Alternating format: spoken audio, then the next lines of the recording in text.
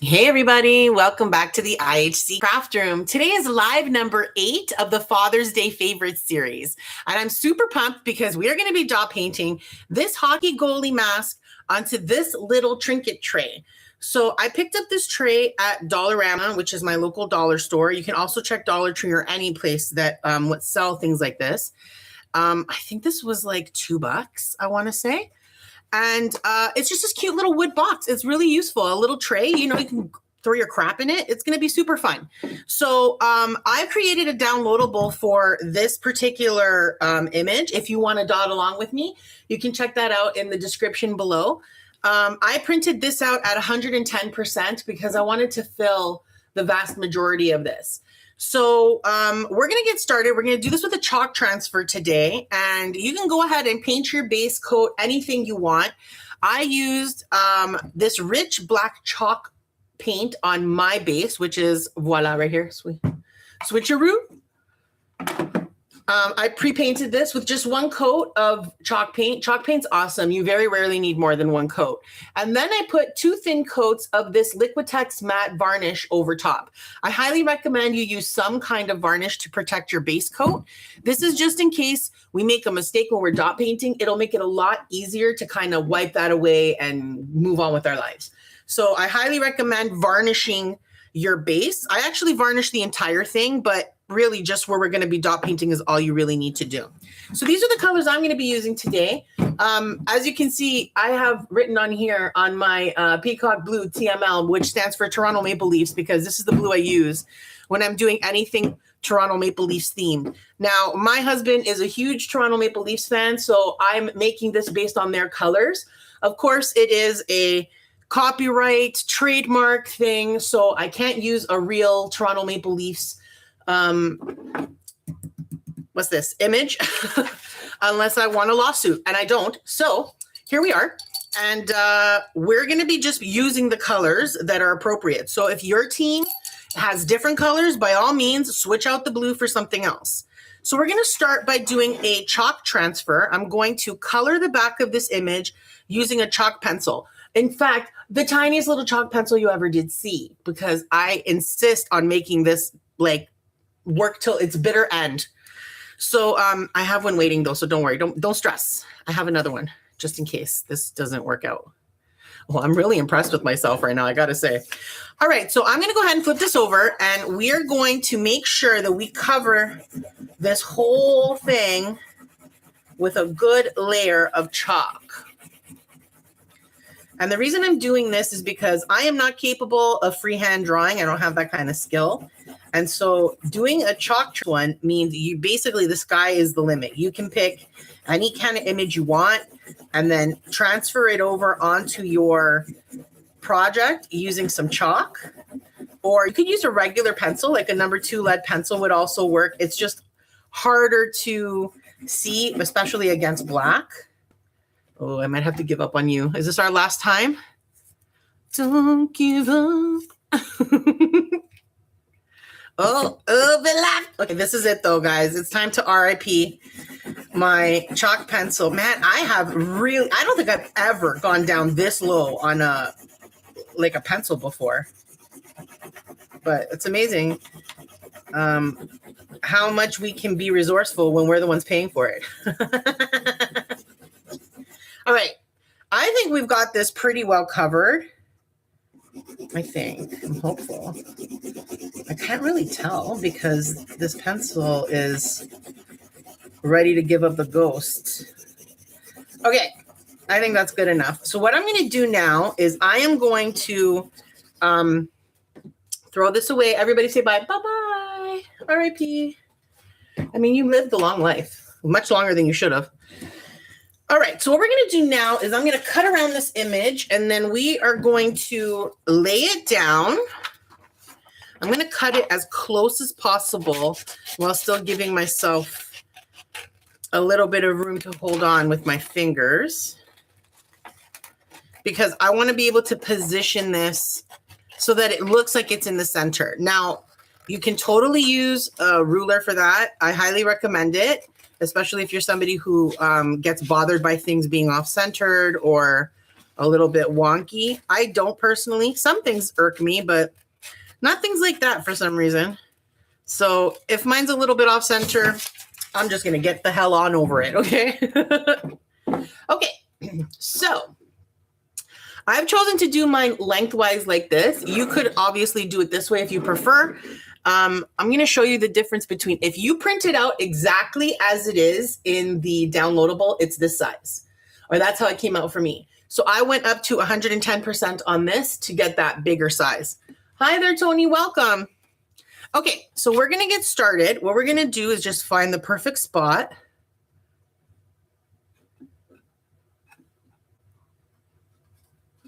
Scoot. No, that looks crooked to me.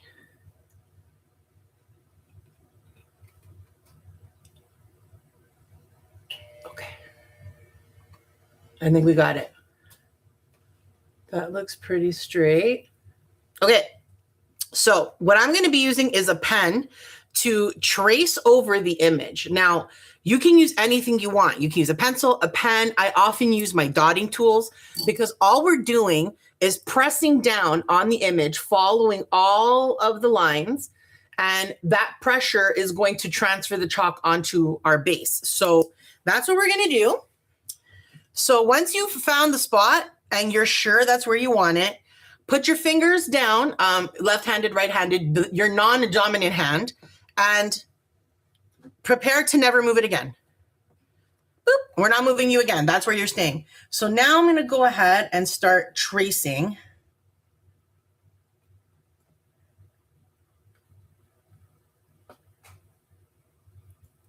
This is like a little notch on the helmet. This is really awkward because of the, what do I want to say? The sides of this bot, of this tray.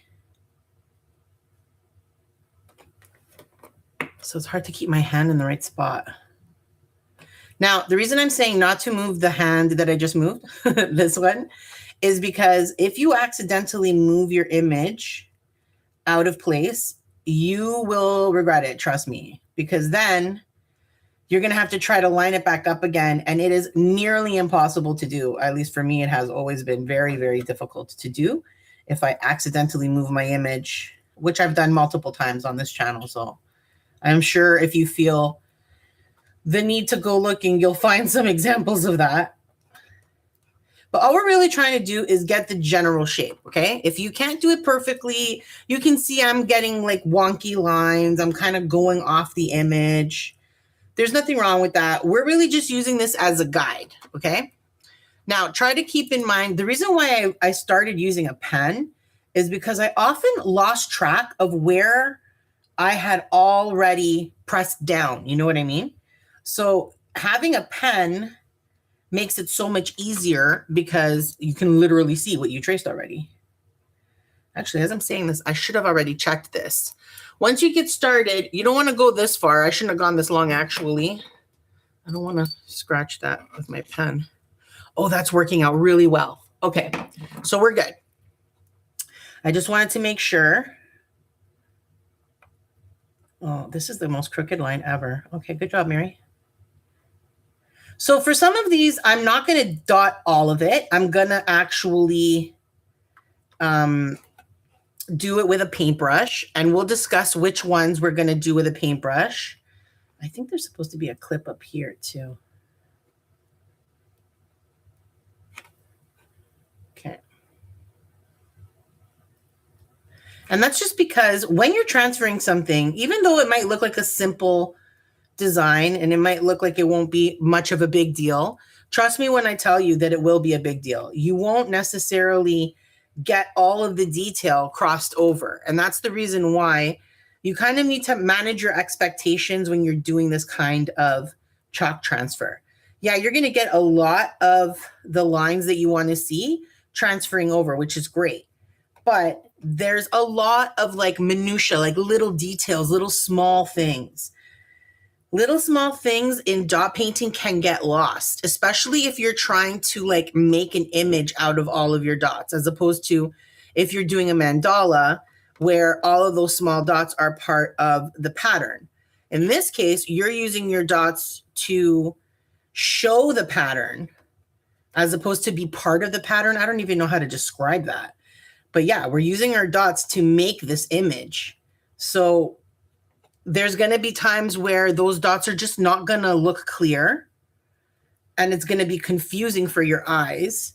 And it's going to be confusing to see what the total image is. So for those situations where all of that detail gets lost, we are going to either simplify it a little bit, or we're going to accept that it's just not going to be so perfect. And it's all good. We'll make it our version. It doesn't have to be perfect. It doesn't have to be exactly like this image. It can be the way we want it to be. This is really just a guide. Man, I am mangling this. I'm going to have to really readjust myself when I'm actually doing this. So these lines that I'm tracing right now, the like the cage of the mask, I'm pretty sure I'm going to do those just with a paintbrush instead of with dots. And probably these two stripes that go down the side as well. I think that would look really good if they were solid, and then everything else we're going to dot. Man, I am really doing a bad job tracing this today. And the only excuse I can give is the handles or the walls on this tray are really cramping my style. Okay, I think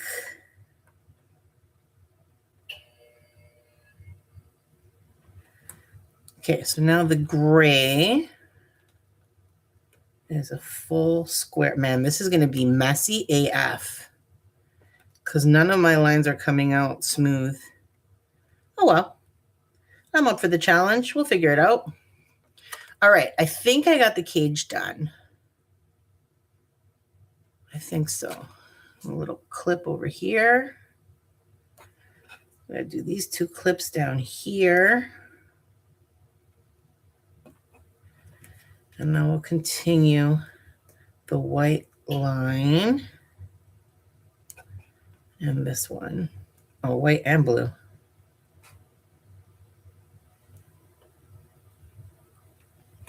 And if we can't do this exact like white line, blue line thing, then we don't. Do whatever you want. This is just a guide. All right, I think I covered everything. We've got all the clips, 1, 2, 3, 4, 5, and 2 on the side. These guys, those guys. I did all these lines, I think. Let's see. Oh, that looks great. Okay, I'm ready to let go. So I'm going to go ahead and do that. Wow, that came out so good.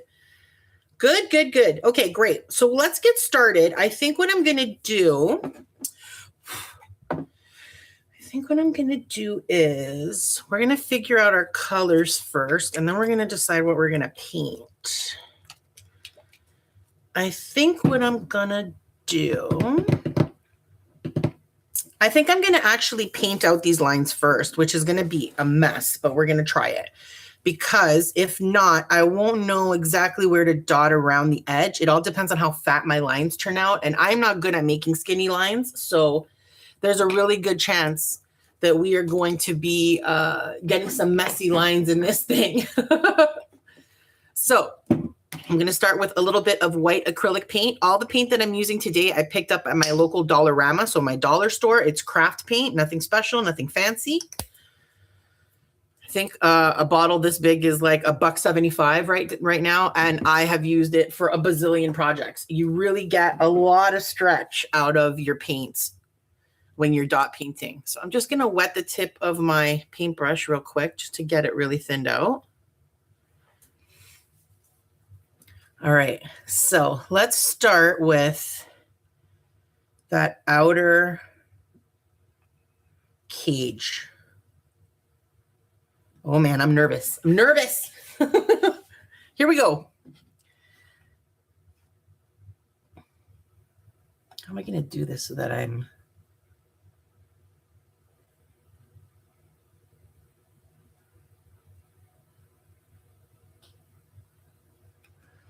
That was shockingly straight.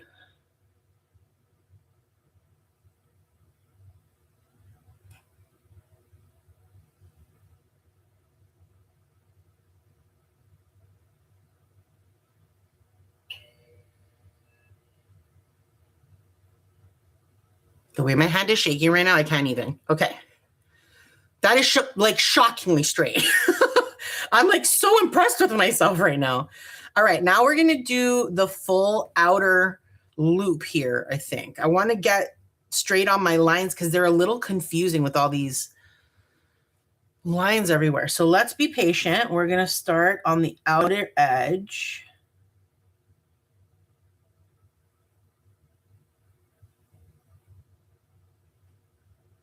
Holy, why haven't I used this brush before? I find them intimidating, these really long brushed. They're called liner brushes. I got to not speak when I'm doing this. So one sec.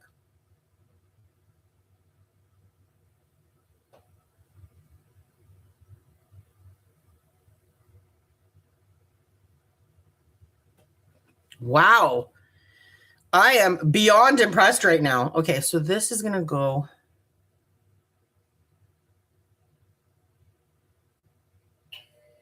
The hardest part about this is positioning my hand because of this, because of the tray walls, which I will continue to complain about in case you were wondering. Let's go this way now.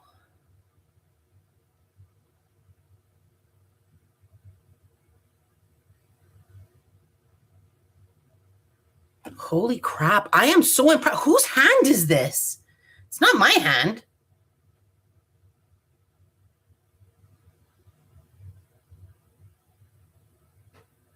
Never in my life have I been this smooth. I got to buy a lottery ticket. Like, this is crazy. Okay, so that's good. We got the outer frame done. Where should we go next? Should we do all the curves? All the loops? Let's do all the, that's black. That one's white.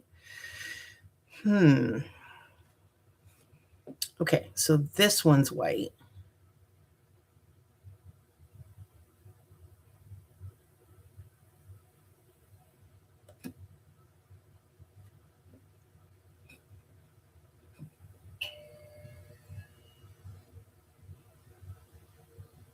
Oh, shoot. Had a spaz.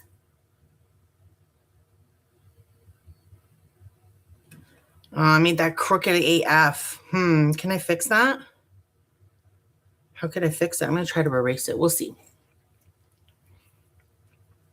I'm being a little ridiculous, though. It's not that big of a deal. You know what? I'm going to leave it alone. Does it look bad? I feel like I'm going to mess it up more if I try to clean it off, so I'm going to leave it. Okay, the next one is that one. So you.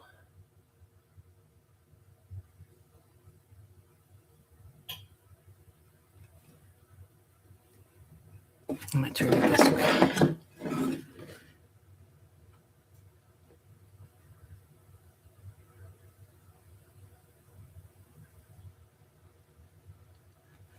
Oops. I'll try to fix you a bit.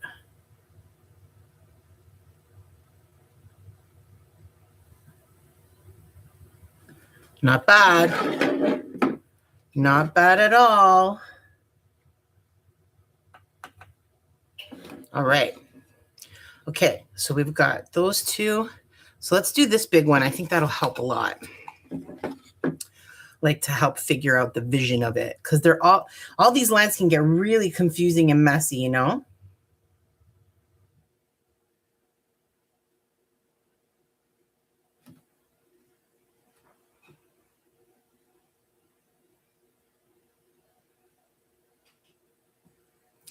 Now, if you're not good with a paintbrush, feel free to use a paint pen. I really suck at using paint pens, so I don't usually use them. But if you can and you're steady and you got a good paint marker or pen, go for it. That'll totally work just as well for this. All right, we're going to go through this one.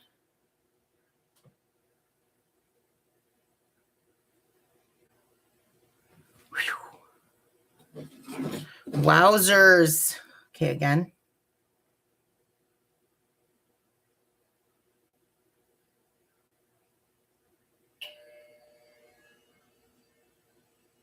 Beautiful. I cannot. How have I never used this paintbrush before?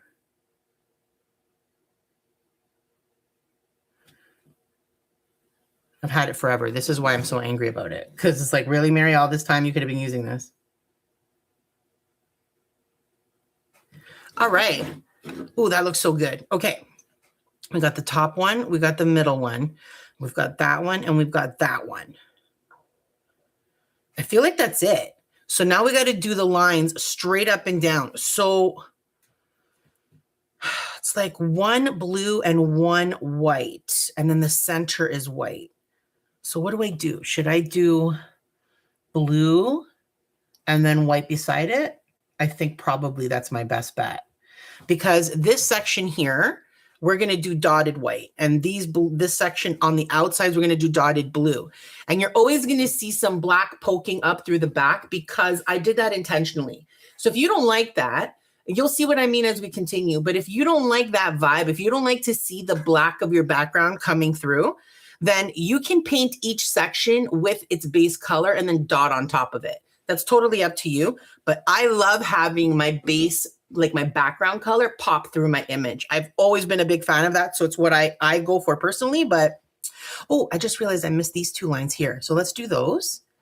And then we're going to move on to the blue lines, I guess. All right, here we go.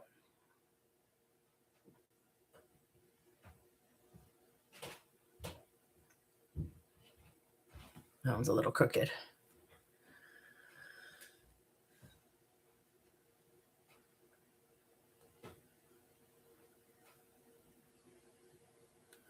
So something that I do whenever I'm doing something that requires a lot of precision like this is I take a deep breath and I exhale when I am about to start. I'm just going to clean off my paintbrush a little bit and thin it out.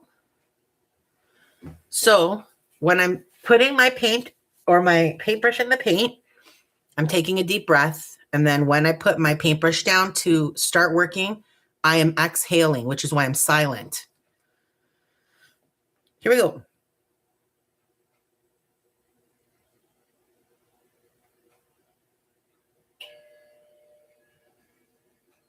Or I'm holding my breath because I held my breath on that one.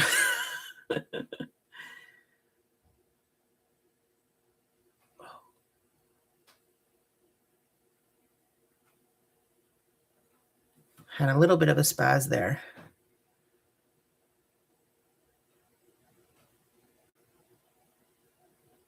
All right, I'm very pleased with that. Am I missing any other lines now? We've got those ones, the loop. Oh, this secondary loop, that's white as well. Okay, we got to do that one next. Here we go. Yeah, that's this.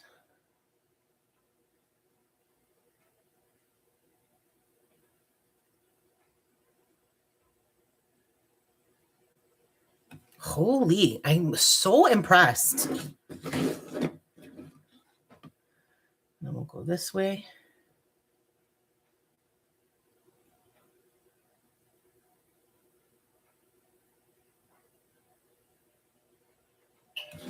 I lost control of you a little bit. We'll fix you.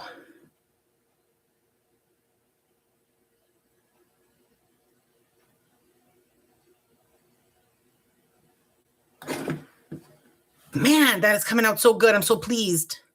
All right, so we got the loop there. So this is the black trim. I'm just not going to touch that. I'm going to fill in this gray, though. I think I'm going to make a gray, and then I'm going to dot over top of it with silver, most likely. Or should I just make it silver right off the... No, because then I can't dot on top of it. Am I going to want to dot on top of it, though, is a better question. Okay, let's think. So in here is silver. That's going to be silver. This is black, which means I'm just not going to touch it. That'll be blue. I'm thinking, I think I'm going to make the silver part solid as well. And then I'll decide if I want to dot on top of it. So let's do the blue. Or should I do the silver now? Let's do, I think I want to keep doing my lines because I'm still doing okay with them. So I think I'm going to stick with lines. So let's do a blue line.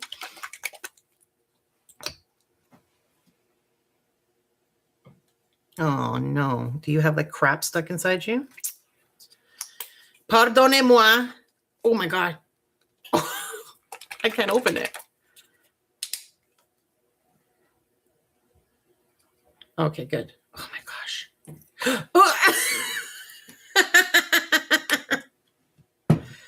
Apologies. But there is for sure some paint skin in here. That's what caused all that. Yeah. All right. Well, we have an abundance of blue. Is there any left in there? All right. You'll do. Jeez, just stay on the palette, please. Okay. So what I'm going to do is I'm going to make this line blue all the way down. Now there's supposed to be a white pinstripe beside it. I don't know if I'm going to have the precision for that. So I may avoid that completely, but we'll see. Let's start over here.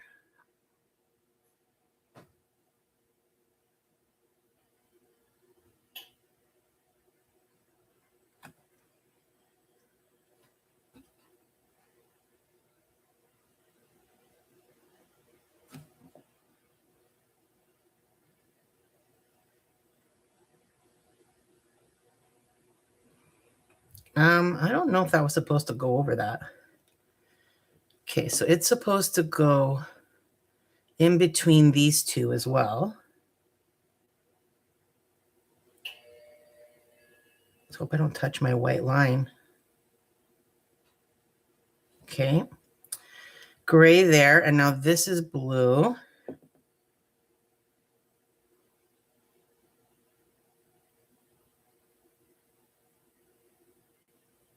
This is blue. And now you're going to be blue.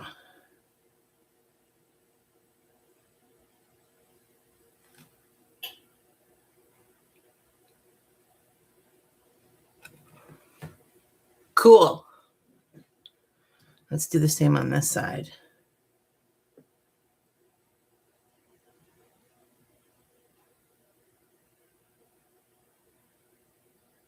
Ooh.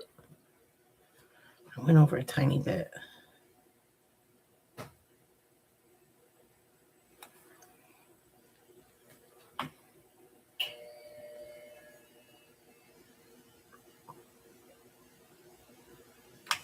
That's the hardest spot because I don't want to touch my white lines and have to go fix them after.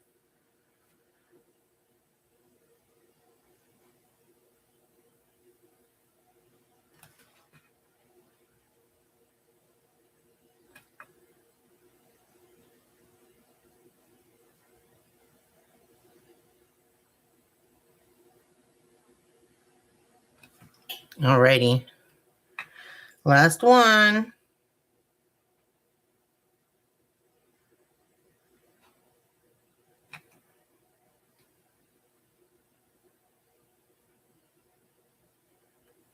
All right. This line is thicker than this line, so I'm going to make it a little thicker.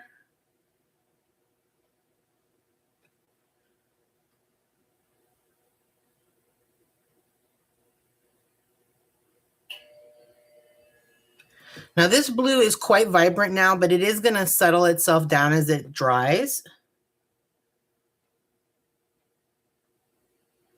So it'll be a little bit less like royal blue and a little bit more on that navy.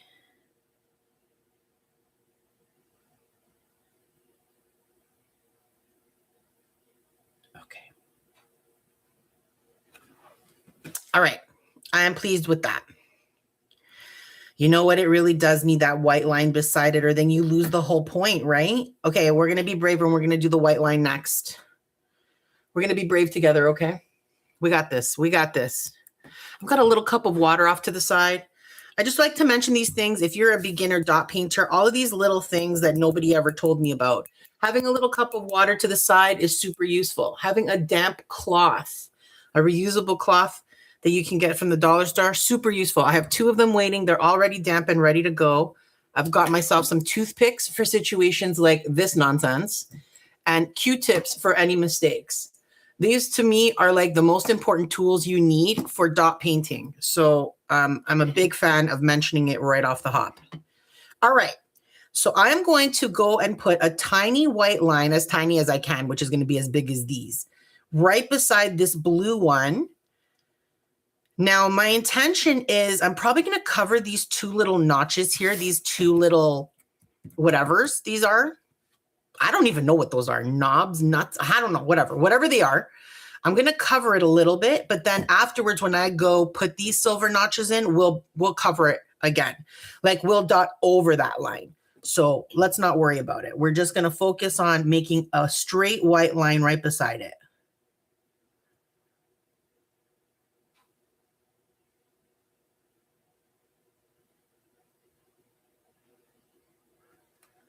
That's good.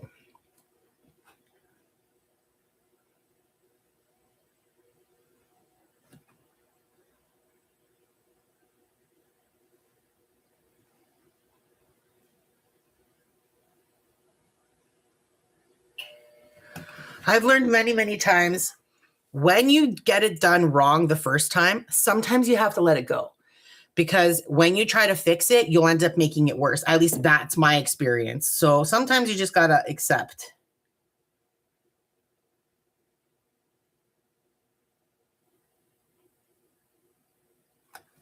Okay.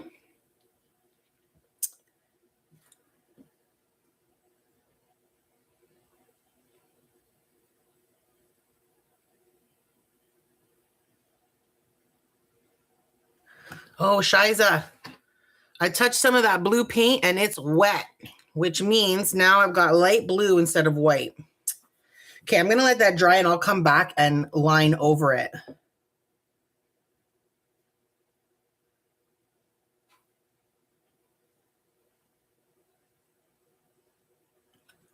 Good.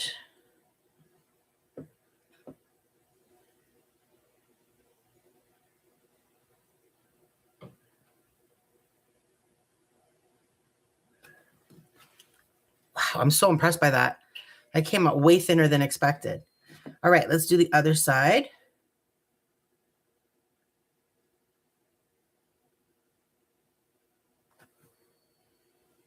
I'm going to make that a little thicker because I messed that one up to begin with. So to kind of make them level, we'll make them the same.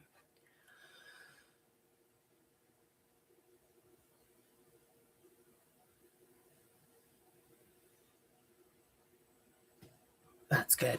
Beauty. Beauty.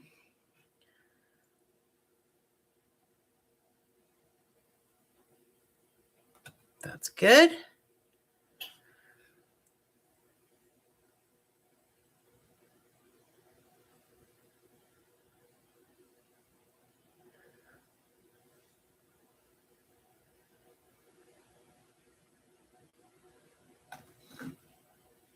I almost put in the blue paint.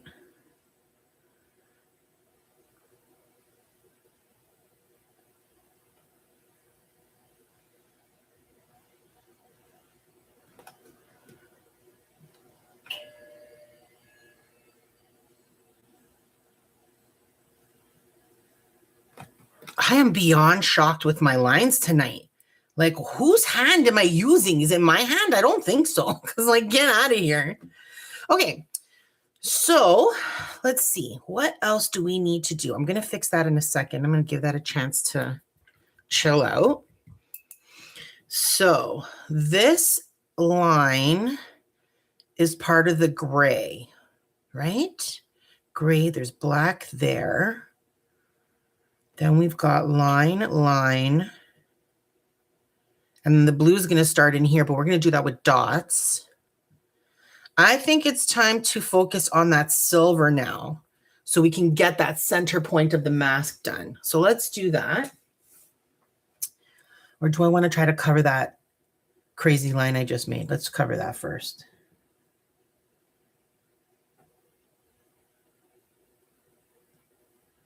That's not too bad.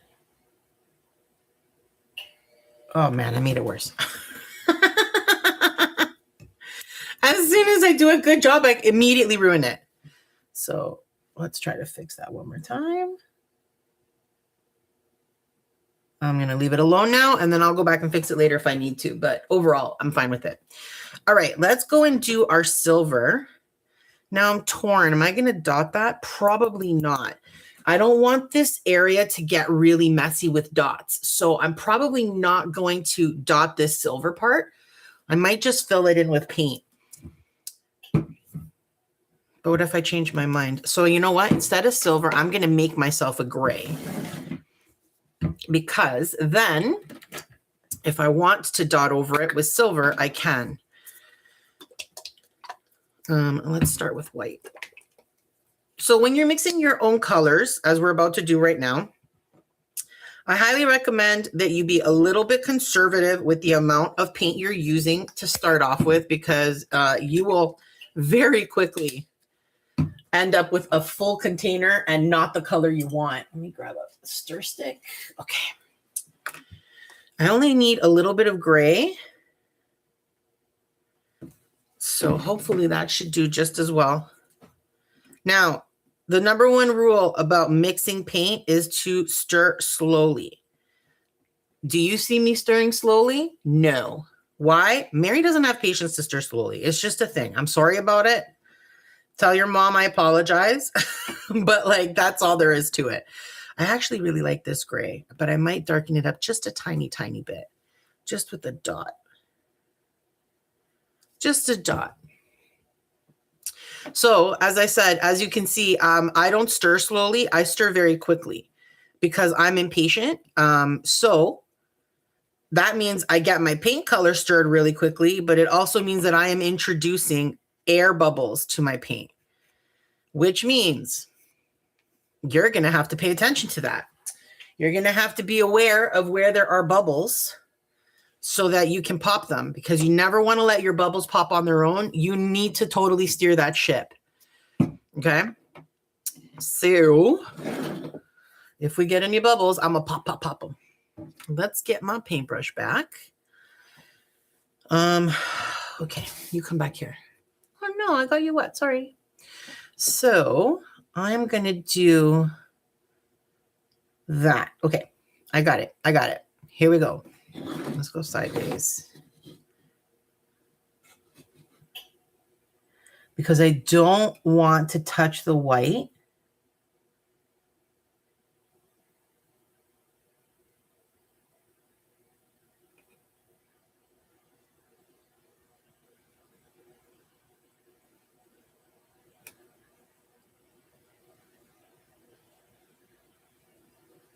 You know what? Maybe I shouldn't have done my white lines first, because this is a challenge.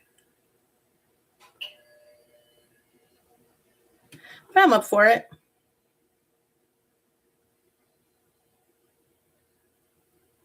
I don't mind a challenge now and again.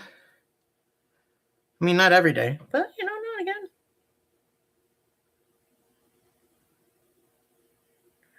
I can always come back and fix these later if necessary. The white lines.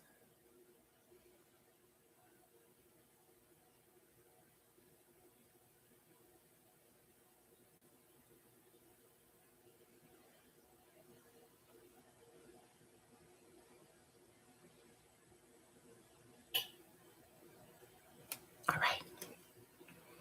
The little corners are hard. So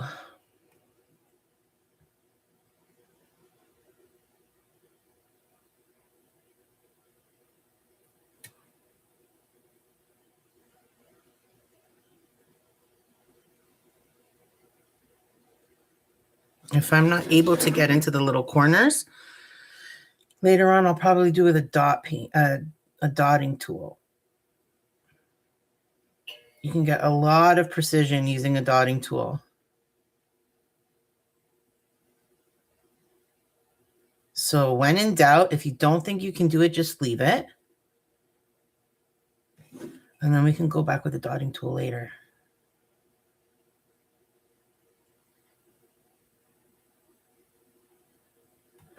Man, if this paintbrush was a person, my husband would be in trouble. Because I'm falling in love with you, paintbrush. It's really doing such an excellent, easy job of this. It's like crazy.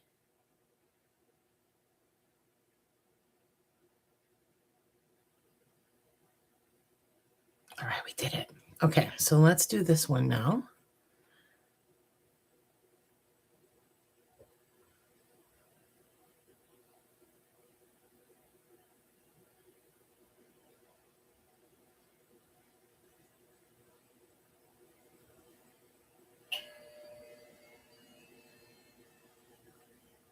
All right, we got right up in there. We got right up in there. Boy, oh boy. Okay, so now you.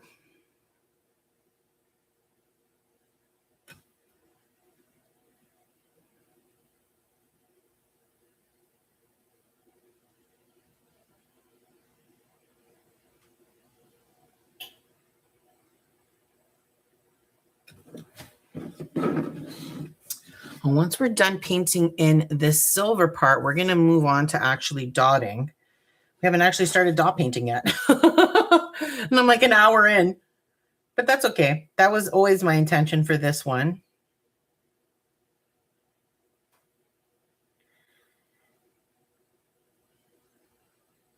I don't want to lose all these lines.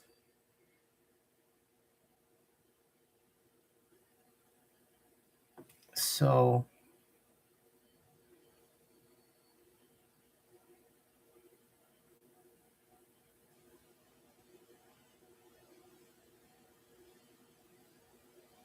wowzers, Penny, that is close.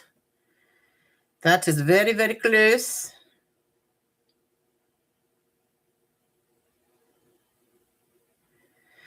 So something I've probably mentioned in other tutorials before is you'll notice that I have a tendency to do things that I suck at. Maybe I'm not horrible at them, but I'm not great at them. And one of the things that I practice a lot on this channel, which seems to be paying off a little bit these days, is this, lines. I suck at lines.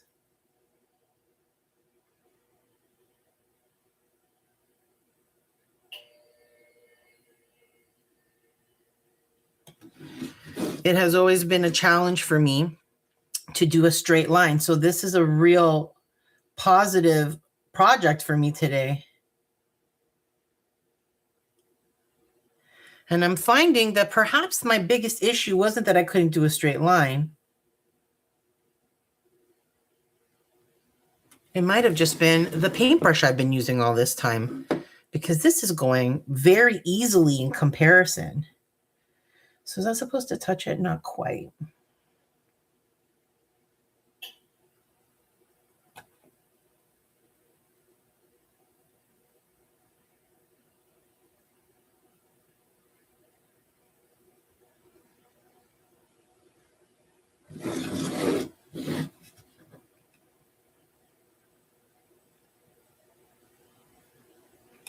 But anyway, what I was saying was I like to do things that I'm not good at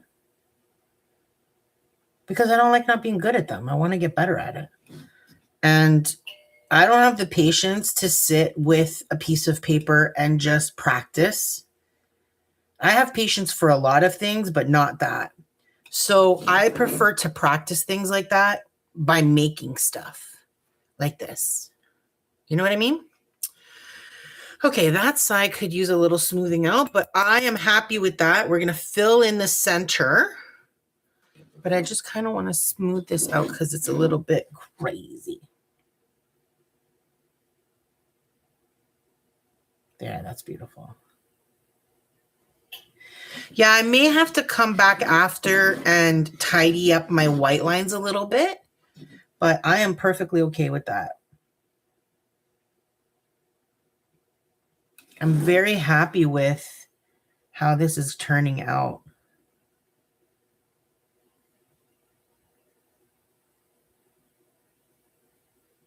Okay, good. So what's left? just these two in here, right? And then everything silver is done, or gray is done. And we can start dotting around the outline.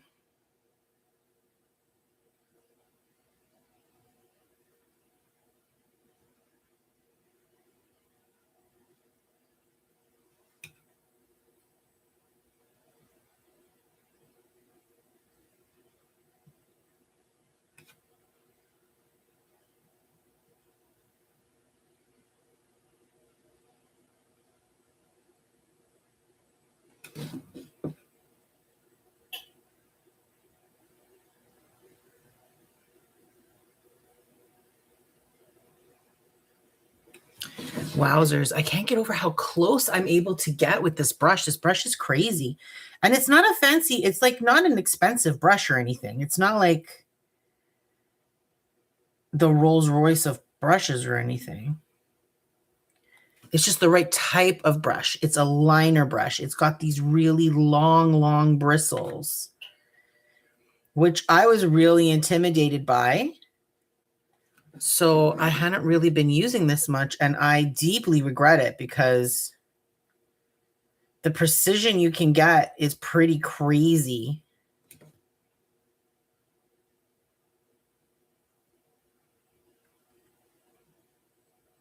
All right.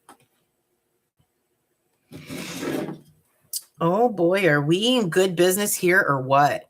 Yeah, I think I'll go back over my white lines after, but not until I'm done my dotting, because I'll bet you I'm going to dot on something I shouldn't.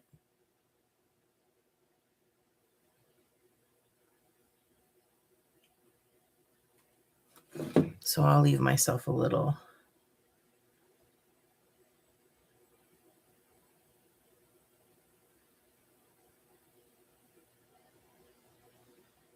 Beautiful.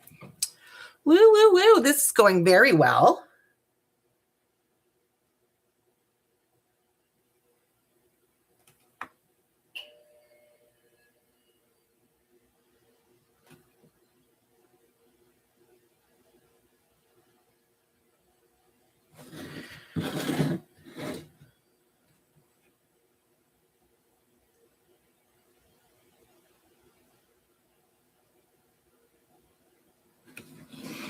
It is so quiet in here right now.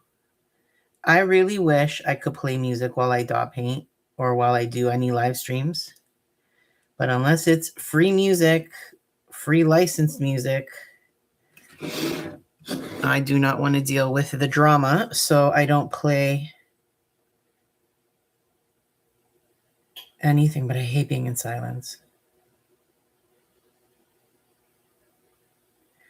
But if you're like me, when I'm in actual silence, my brain fills it in. There's always a song playing in my head. Always. Right now, it's The Fate of Ophelia by Taylor Swift. It's almost always a Taylor Swift song, let's be real. Okay, that is very not the same. So I'm going to try to level that out because, yeah, we went over with that side. So let's bend a little bit more this way.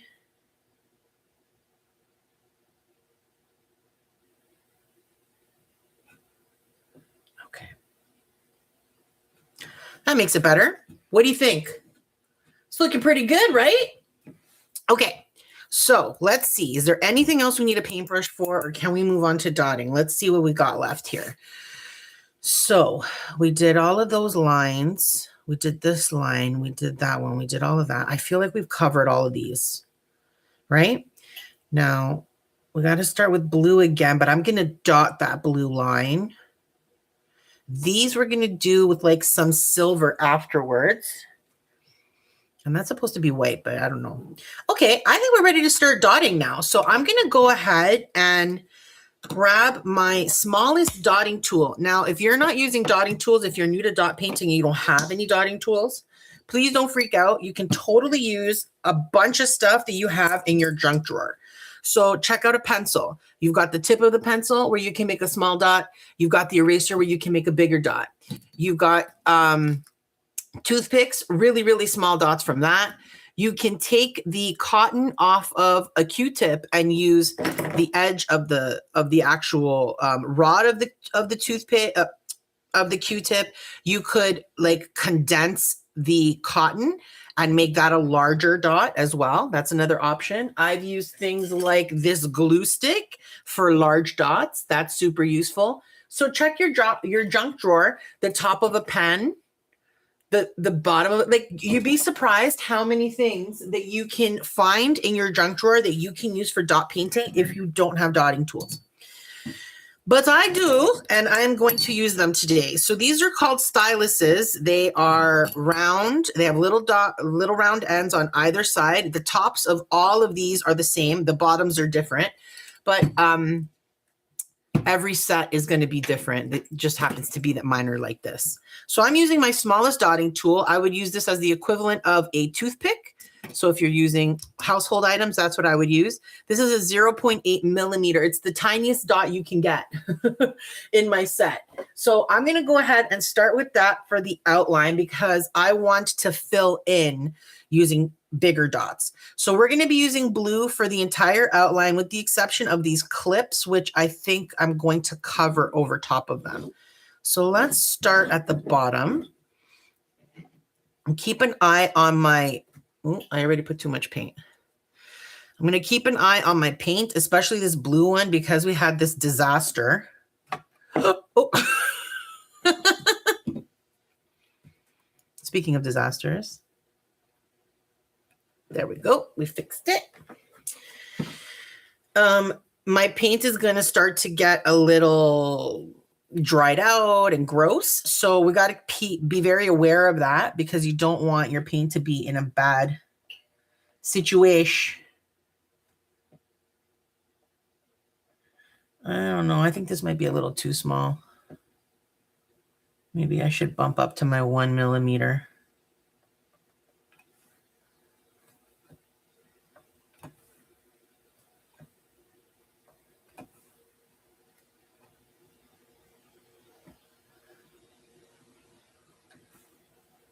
So I'm just placing a tiny dot side by side, not touching. These dots are super small, so they're going to be hard to see. If you want to use bigger dots, by all means, go for it. I like these little dots for the outside because it kind of gives the illusion of a pencil or a pen or a marker. You know what I mean? Like a really thin line as opposed to a whole bunch of dots. And I like that illusion because then we're going to fill it in with bigger dots. So it's good to go. Now, if you're new to dot painting, I want to let you know right now that I am dot painting at a very fast pace. This is not as fast as you should be dot painting if you are new to it. What you should be doing is what I was doing when I was doing my lines. You should be taking a deep breath between each dot and then place your dot after you let go of your breath. This is a really zen, chill kind of art form. And I highly recommend that you embrace that because it makes a world of difference if you can be chill while you're doing it. Now, something else to consider is that as a new dot painter, one of the biggest struggles you're probably going to have is not touching one dot with the other. Spacing is a really difficult skill to cultivate with dot painting, particularly because if you're anything like me, you're probably kind of impatient and you want to be dotting fast. The only reason I'm dotting this fast is because I've been doing it for like 10 years. So I'm really used to it. But really, taking your time is the only way you're going to get good at spacing your dots. Because spacing your dots is more than just about the real estate. It's about the amount of paint that you lay down with each dot. So the factors that are involved in that are things like, do you notice that I'm going back and forth to my paint palette? I'm always getting a new bit of paint on my dotting tool. I'm not going dot, dot, dot, dot. Because if I do dot, dot, dot, dot, each one will get smaller and smaller as the paint diminishes from my dotting tool. So to make sure that I'm giving my paint the best shot, we're going to go back and forth between it over and over again, refilling the dotting tool with paint. Okay, so that's, I guess, the first thing about spacing and sizing of dots is the amount of paint that you put on your dot really does matter, or on your dotting tool really does matter. We're going to make that a silver, so I'm going to ignore that spot. The second thing that matters in terms of making the size of your dot and the space between your dots is the amount of surface you are touching when you place your dotting tool down. So if you just barely graze the surface, you're going to get a very small dot. If you press your whole dotting tool down with full force, it's not like you're going to smash it through the table, but like you're placing it completely down so that it's pressing down completely on your project, you will get a larger dot because of that. It's more space touching more space. It's only logical. So I'm skipping these little squares because we're going to fill those in. I'm thinking probably silver. We'll see.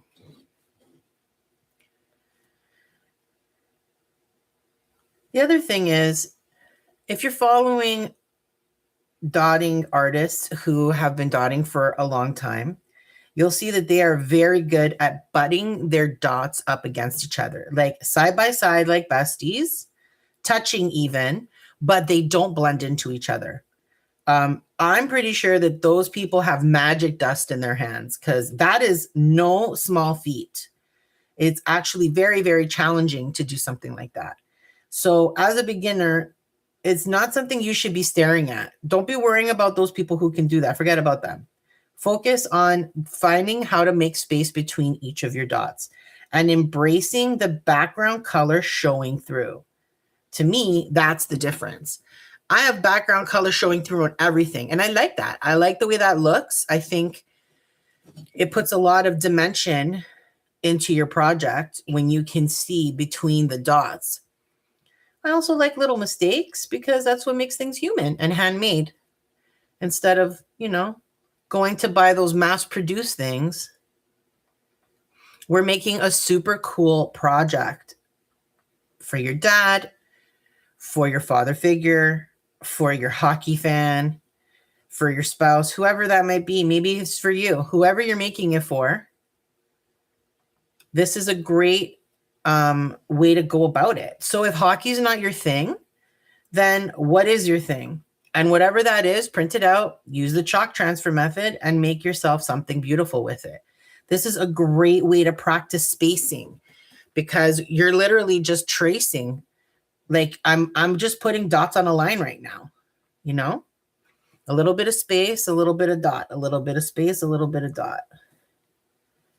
Now, of course, I make mistakes like everybody else. I probably make more than others, in which case they can go themselves. But and when you make mistakes, you decide what you're going to do about them. Now, in most cases, people are like, oh, I made a mistake, I have to fix it. Okay, cool. If it bugs you, fix it. If it doesn't bug you, don't fix it. I leave a lot of mistakes in my work, and I mean a lot. This is not my 9-to-5 job, okay? I'm not worrying about destroying the operations of a company.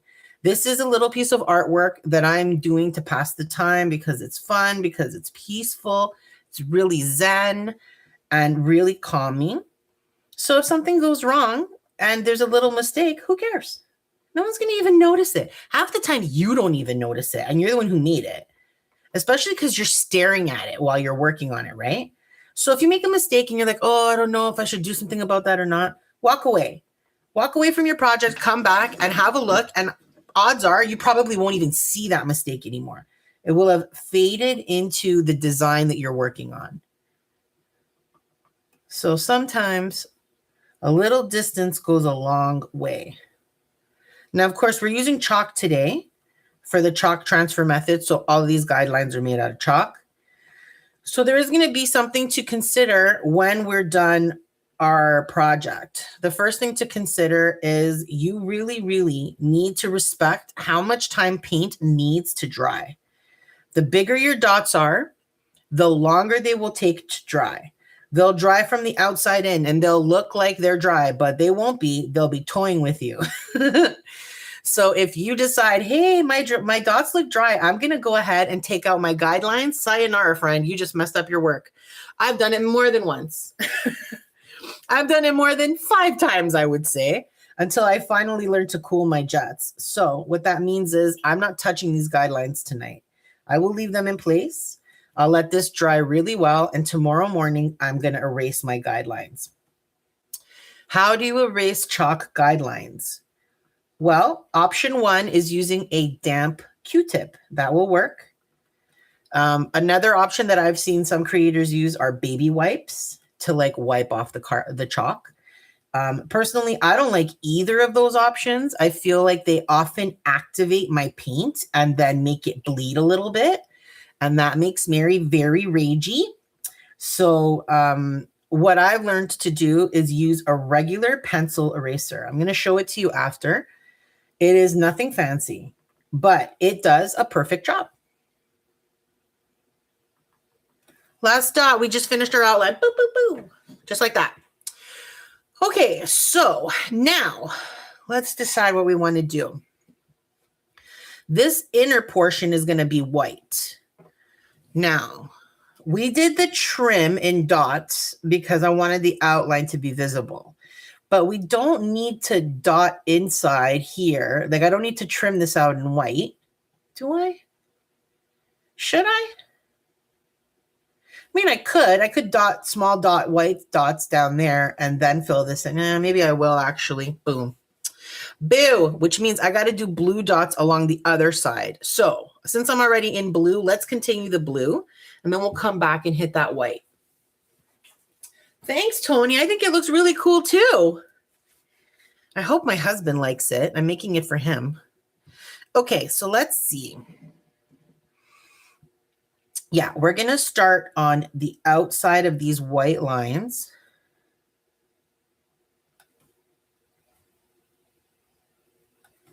And we're just going to do the exact same thing we just did.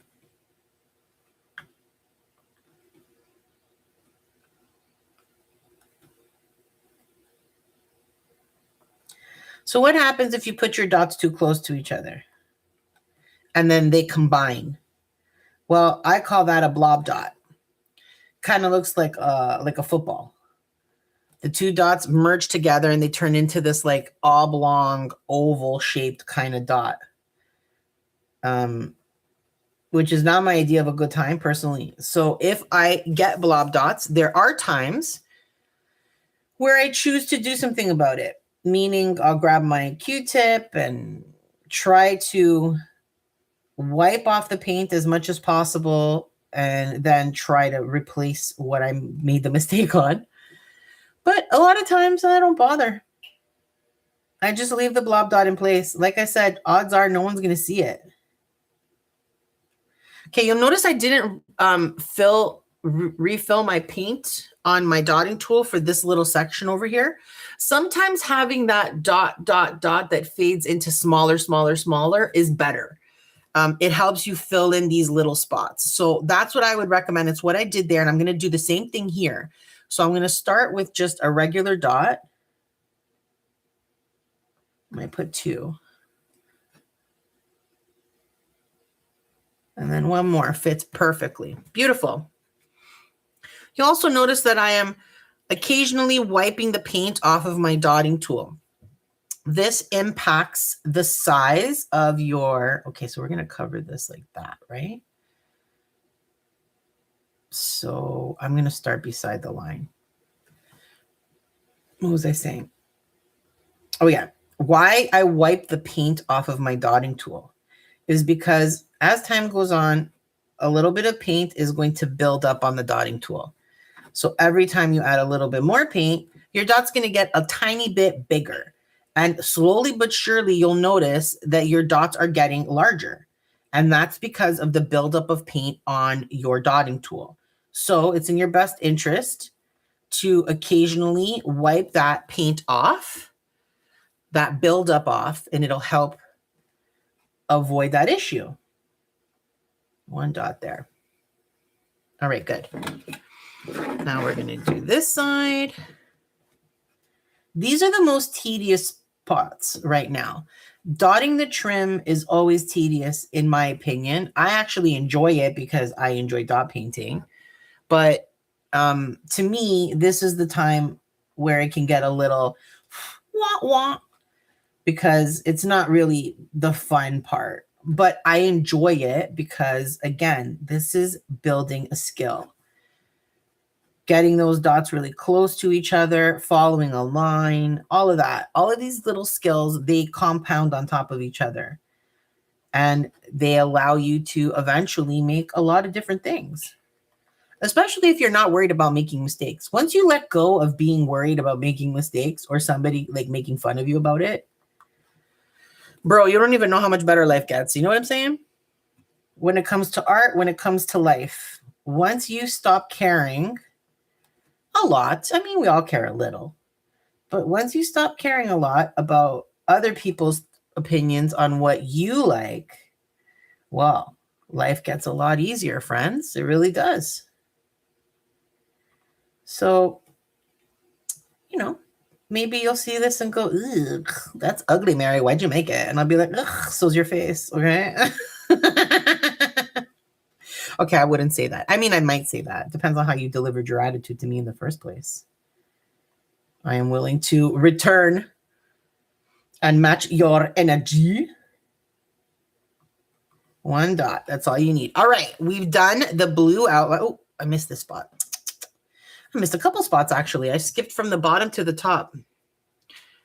So let's go fix those real quick. You need a little bit more. So again, we're going to walk the dots here a little to get into that corner. And here I'm just going to put one dot. Just one. And we'll do the same thing here. 1, 2, 3. Little walk in the dots. All right. So we got that. We got that. We got that. Okay. I think we're good, right? Yeah. I think we're good for the trim. Now let's dot the inside, that white line. And then we'll start filling in because the big dots won't take as long. It'll be the fill-in part that's going to be a little longer. Oh, I got some blue in my white. No me gusta. Okay, we're going to actually do a little bit more white. Apparently, tonight I'm all about wasting the paint. So, yay. Paint wasting. Just a little bit. Now, when you're actually dotting, unless you're dotting big dots where you have a lot of surface to cover, a tiny bit of paint like that is really your friend. You don't need to worry about it. Whereas if you're using a surface like this, like that's a pretty big surface, you need a full pot so that when you dip your dotting tool into it, you can fully cover it with paint and not feel like you're scraping the bottom. You know what I mean? All right, let's get back to... We're going to dot on the inside of this. So now you're really going to be able to see this because white on black is no joke. Now, of course, you didn't need to paint your background black unless you want to. You could stain the wood. You could have left the wood the way it was and just maybe put a little varnish coat on it to make it easier to clean up mistakes. If you've made any while you're dotting that you feel like you want to fix. It's totally up to you. But I do find that black is probably the best background only because of the pop. You really get a good pop of color. Like you can really, really see. Oh, I think we're going to fit 2 here. 1. Oh, no, just 1. All right, we did that. Do I want to put it around the bottom? No. I'm going to leave the bottom. I just realized I dotted that bottom half with blue when really it should have been white. If it bothers me later, I can always dot over the blue dots with a white dot once everything's really well dry. So always keep that in mind. Anytime you make a little mistake, think to yourself, okay, I want to change that. Okay, if you've decided you want to change it, what are you going to do about it? How are you going to fix it? There's always a million ways to fix it. There really is. And with dot painting, I mean, your first easiest way is to get a damp Q-tip and wipe it off. If that's not going to work for you, then dot over it. I mean, no one's going to know there's another dot underneath it. Well, these ones I'm making way more spaced out than the one that I just finished. So that's unfortunate. Oh, well. C'est la vie. All right.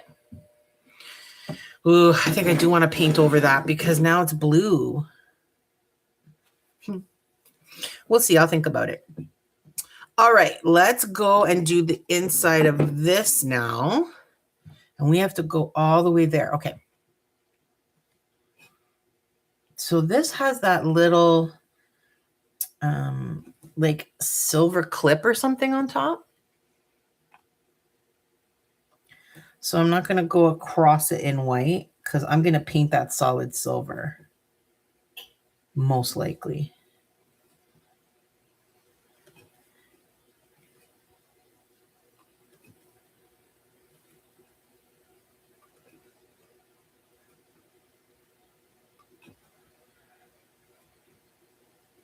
This is something that I hope if you're new to dot painting, you really take to heart. You don't need to do boring practice. You can make something really cool and really fun as a beginner and practice those steps while you're doing it. Okay, wait, hold on. So this is going to curve like this. It's going to be white. Okay, I can do one more dot then.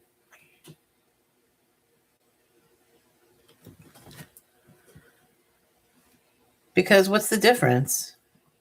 So what if you've made some mistakes and you've got some blob dots and maybe your lines are a little crooked and who cares? First of all, hopefully you had fun making it. And secondly, I love looking back on the stuff that I made first. The first few rocks that I dot painted and the first few projects that I did. Look, can you see that these dots are getting bigger than those dots are? This is because I've let paint accumulate on my dotting tool.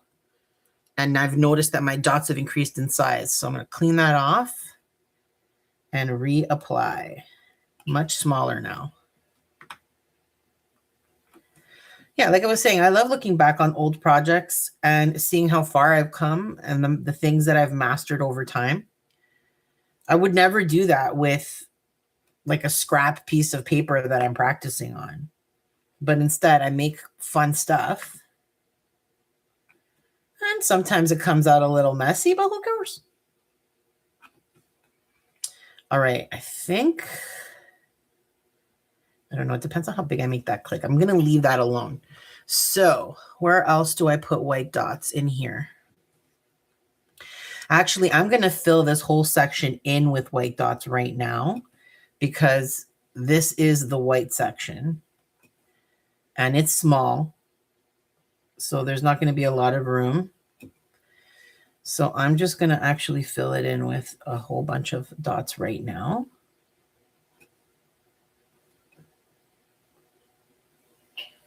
Now, normally when I'm doing this type of style of dot painting, I don't dot in a line like this. This is a special circumstance because we are in a really cramped spot here. So I'm going to try to make it, you know, easier for myself.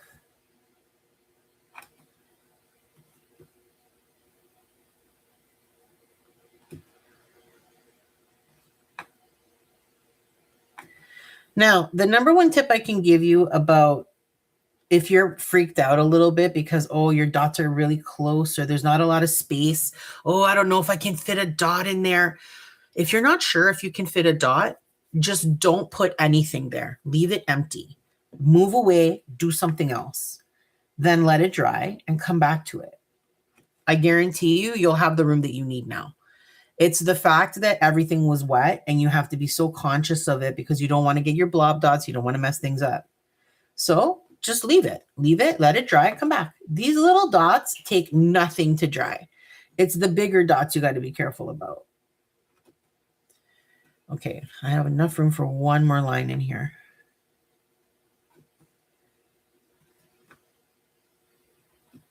Which shows you that the left side is bigger than the right side because I had room for 2 lines on that one. or 3 lines over there. Oh, maybe I should make one more. No, I'm not going to. You won't even notice it. This is one of those things you have to let go. Okay, so we've got, I think we're ready to start on the big blue dots. Oh, actually, should I go on the white first since we're on white? Yeah, let's continue on white since we're on it. I'm going to go ahead and fill in those areas. Let me wipe off my painting tool. I'm going to go ahead and fill in these gaps here that are white as well, right? Under the curve. Yeah. So let's go and do rows of dots here.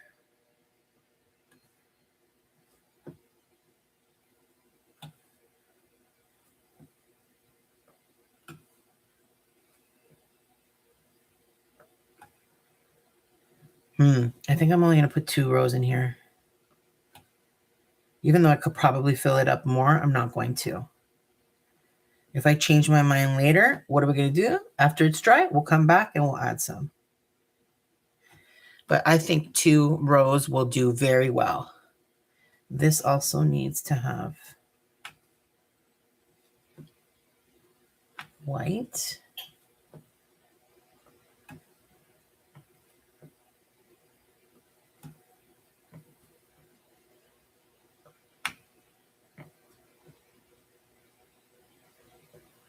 So you'll notice when I get to the edge, I tend to do a walk the dots. So I'll only dot one time. I mean, fill my dotting tool one time and then keep dotting. It's hard to get into little nooks and crannies. And I find that doing it this way helps. Because now you've got those little dots, you know? That's great.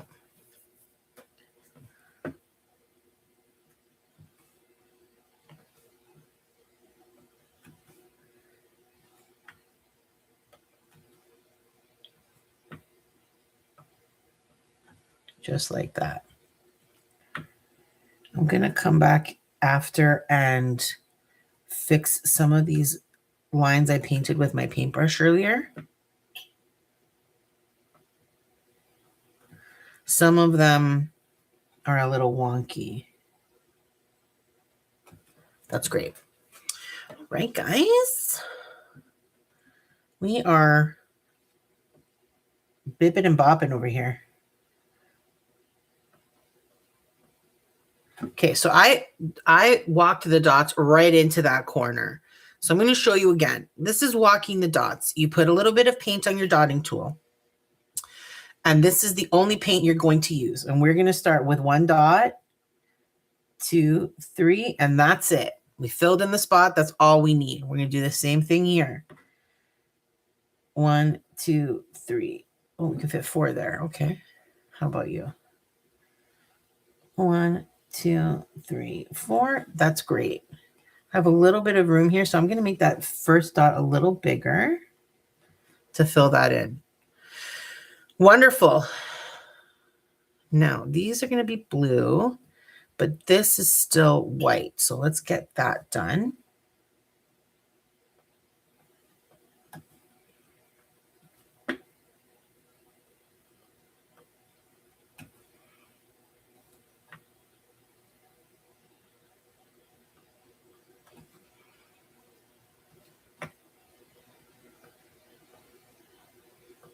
That's wonderful. And now we're going to go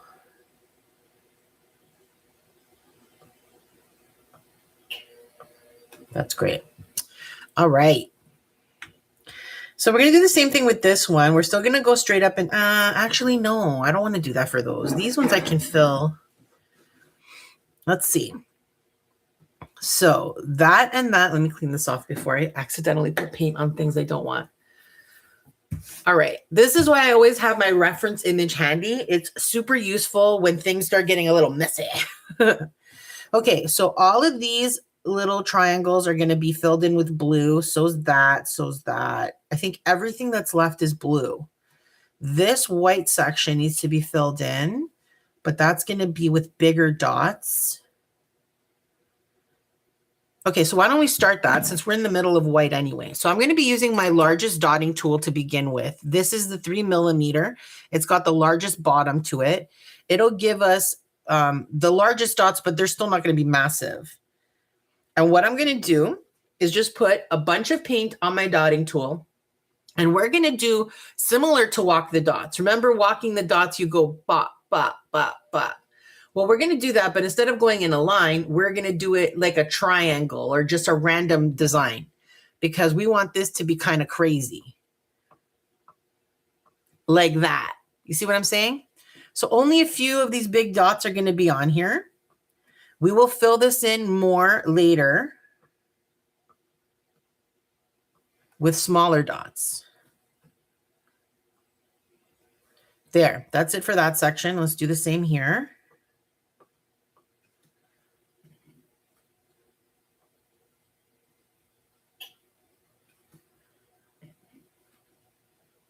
So what we're going to do is let this section dry. We'll move on to the blue section. And then we'll fill it in a little bit more with smaller dots to give it a more like that's white as opposed to, oh, white and black dots. You know what I mean? Or black with white dots. All right. So what do we want to do next? Should we start the blue? I think we should do the small blue dots in up here. Get those all done. And then we'll start filling in like we did for these white ones. So let's do that. I'm going to start with, I'm bothered by this paint because it's gotten really dried up now. Let me give it a good stir. There's still skin in here. Gyros. I don't know why this grosses me out so much, but it totally does. You know, this like skin or it dries and it turns into like a film. Ugh, I hate it. Irks me. It irks me. All right. Let's get started. We're going to fill in all these little spots now. So I like to do this upside down. I'll see it better. So we'll start in here. I'm just going to put a bunch of blue dots. Now, since we did all of these in that linear fashion, I'm going to kind of stick to that with the blue as well. Now, obviously, the blue is harder to see than the white, so you won't have the same impact. But if you're up close to it and you're looking at it, then you'll see that symmetry that they're done in the same way, which I like.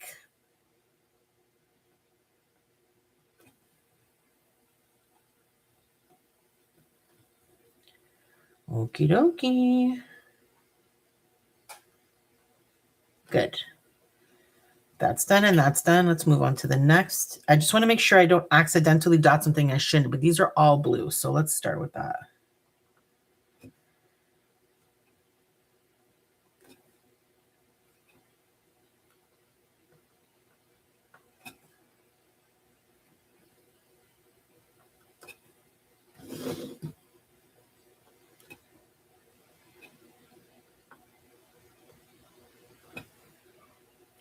So again, I'm dotting close to each other, of course, not enough to touch.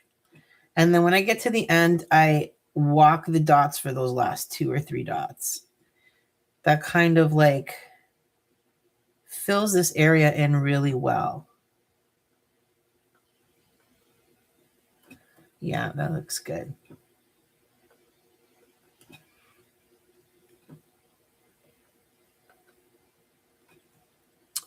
Beautiful. In this section too. So because there's 2 spots that are just narrow, I'm going to start with a dot in the middle and I'm going to walk the dots this way and that way. That way I can get into both of those little nooks and crannies. So we'll start with a little bit of extra paint right here in the center. I'll go dot, dot, dot, dot, dot. And same here. Dot, dot, dot into the corner. Beautiful. Okay, so that half's done. The top half. Let's finish over here too while we're at it. I'm going to do the same thing, but I'm going to start with big dots on the bottom here. because I have a little bit more real estate down there.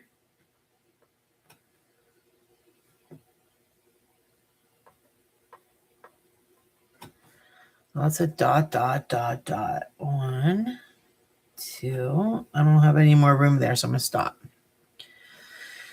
And then we've got these little nooks. Now, if you start dot painting into these little sections like I'm doing right now, and then you leave and you do something else and you come back and you start dotting and you like accidentally dot over something you've already dotted, it's perfectly fine. No one's going to know. You won't even know. It's not a big deal. Just keep it moving. It's really not a big deal. And if you don't like the way it looks, then paint over top of it. It's an easy way to fix a problem. It's not a problem, but like if it's something that's bugging you. I could barely fit any dots in there. Okay. Oh, my dotting tool is getting really full of paint again. So clean that off real quick.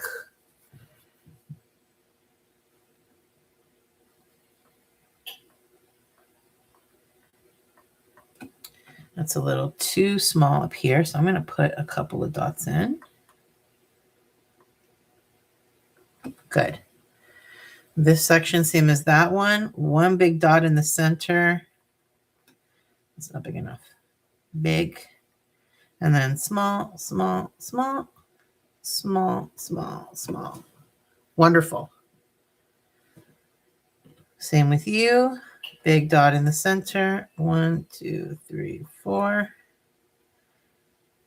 1, 2, 3. Woo, woo, woo. We are hauling along real fast right now.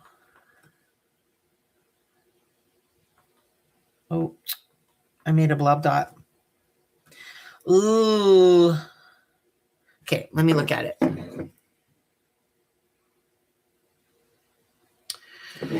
Honestly, it's not noticeable. I'm going to leave it. By an hour from now, I won't even know where the blob dot is. It is not often that I fix my mistakes. I mean, I do from time to time, especially if it's something that to me is super duper obvious, then yes, I will fix it. But for the most part, whenever possible, I like to leave my mistakes in. Partly because why bother? And partly because that's what makes it handmade, man. Like if you can't see a little bit of a mistake here and there, then you might as well have just bought it from a machine, you know? Like what's the point? All right. I think we've got that mask fully filled in at this point. Let's see. I think so. I'm happy with this portion now. I think we can move on. I am going to... Is there a way to mute myself? I'm going to mute myself for a quick second because I need to blow my nose. It's driving me crazy. Allergy season's no joke. 1 sec.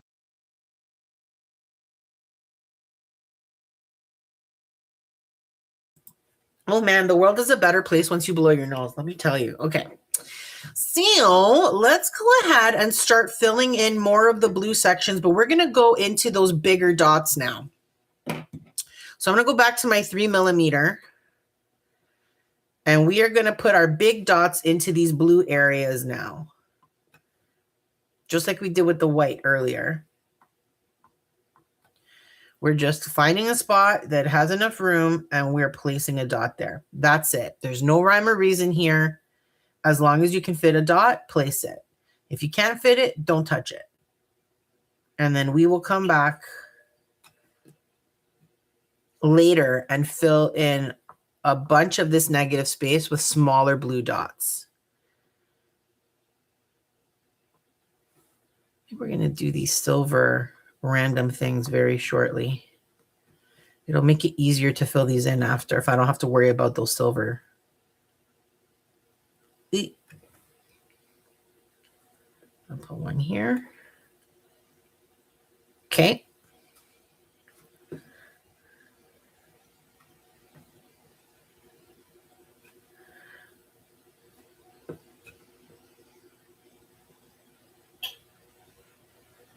It's really not a lot of real estate over here to be doing much. So I'm actually just walking the dots. Was that supposed to be? No, that's not supposed to be white.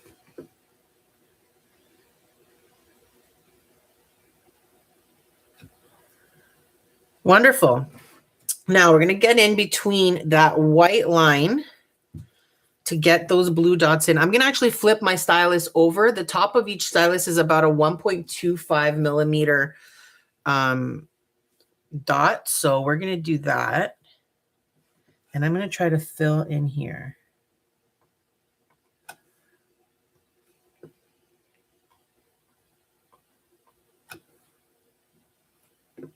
There's not enough space there for that. I'll do it with a smaller tool in a second.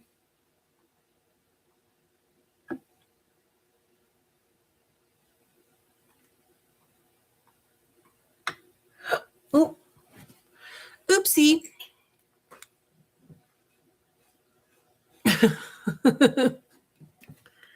I had a little spazaroo.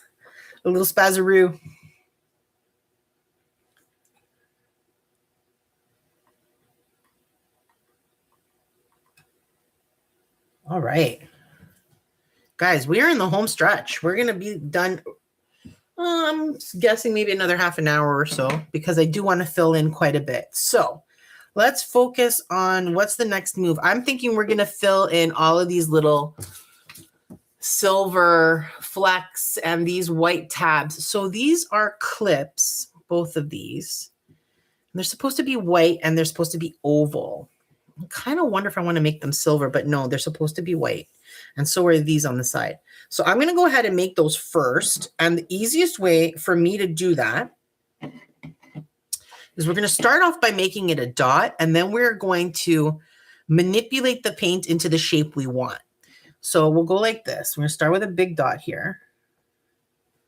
And then I'm going to have a little bit of paint on the top of my dotting tool. And then I'm going to use this like a paintbrush.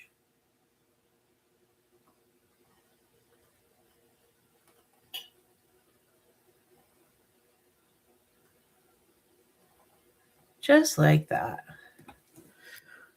Well, geez Louise, didn't that come out great? Same with you. Oh, let me see it from the top. So another big dot there. Okay. And then a little bit on the top of my dotting tool. And we're going to use it like a paintbrush.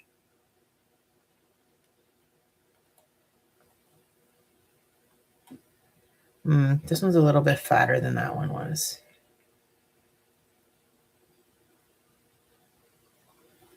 I think that's good. Let's see. Oh, it's not quite on here. Oh, I see. I see. I'm going to have to make that one bigger now that I've made this one so big.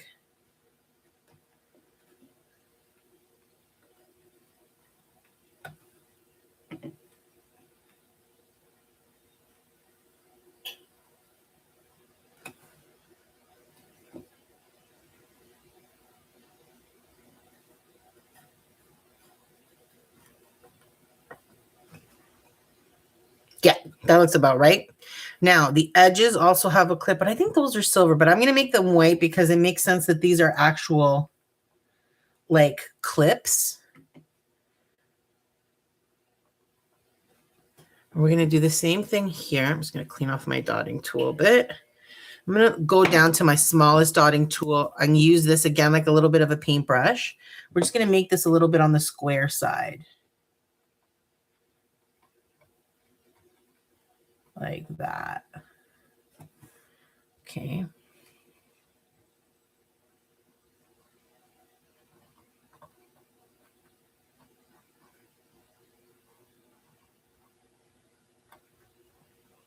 I'll do the same thing here.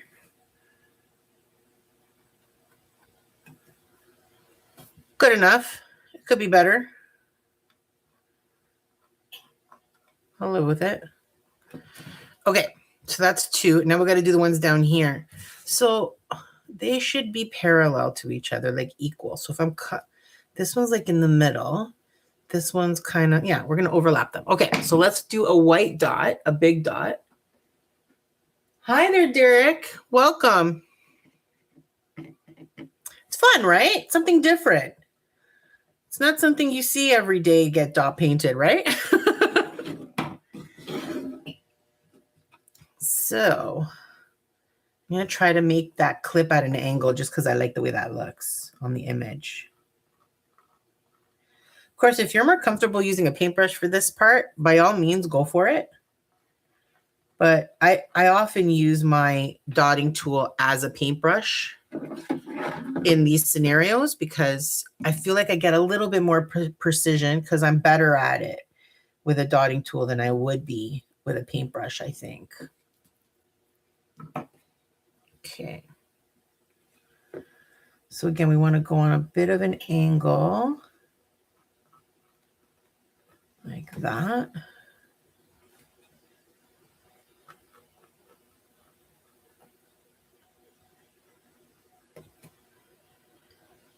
It could be a little bit more this way.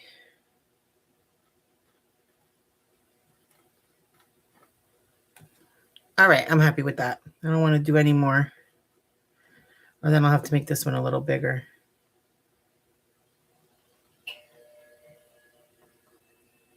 All right. Do we have any more tabs we need to do? Tab, tab, tab, tab. That one, that one.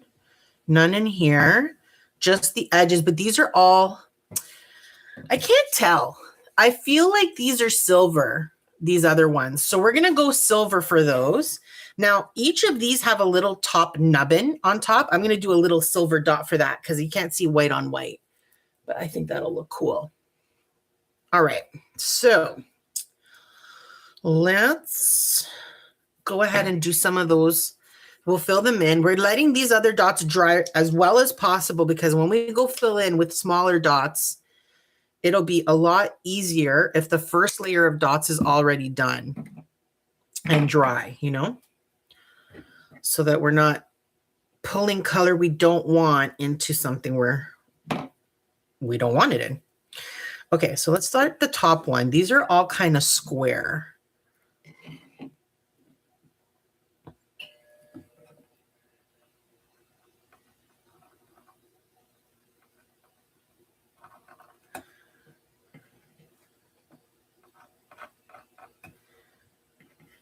This is really thin paint. But it actually dries really nicely, so I've never replaced it. I don't have a problem with it. We're friends, you know what I mean?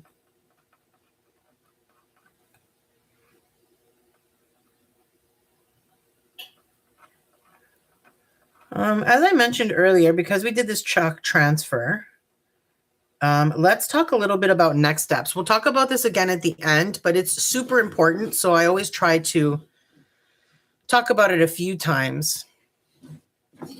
You want to let your dots dry like the Sahara, okay? They need to be the driest little dots in the whole wide world. And trust me, you'll thank me. You don't want to be erasing anything while your dots are wet. It's a recipe for disaster and it will ruin your project. I've done it so many times and it's awful every single time. So what that means is we're going to let this dry for about 24 hours or at minimum overnight. And then tomorrow morning, I'm going to bust out my trusty eraser and I am going to start erasing all of these chalk lines. When you erase your chalk lines, there are two things to keep in mind. One, please be patient. It is not the easiest thing in the world. I cried more than once when I first started working with chalk pencils because I could not get them off and I didn't know what to do and I was ruining my project and this, that, and the other. Now, you, of course, could use like some damp Q-tips if you like. As I mentioned before, I've seen some creators who use baby wipes. But what I have found to be the most effective and the least damaging is a regular eraser. Okay, this is bigger than that now. But why? I'll make this just a little bit thicker.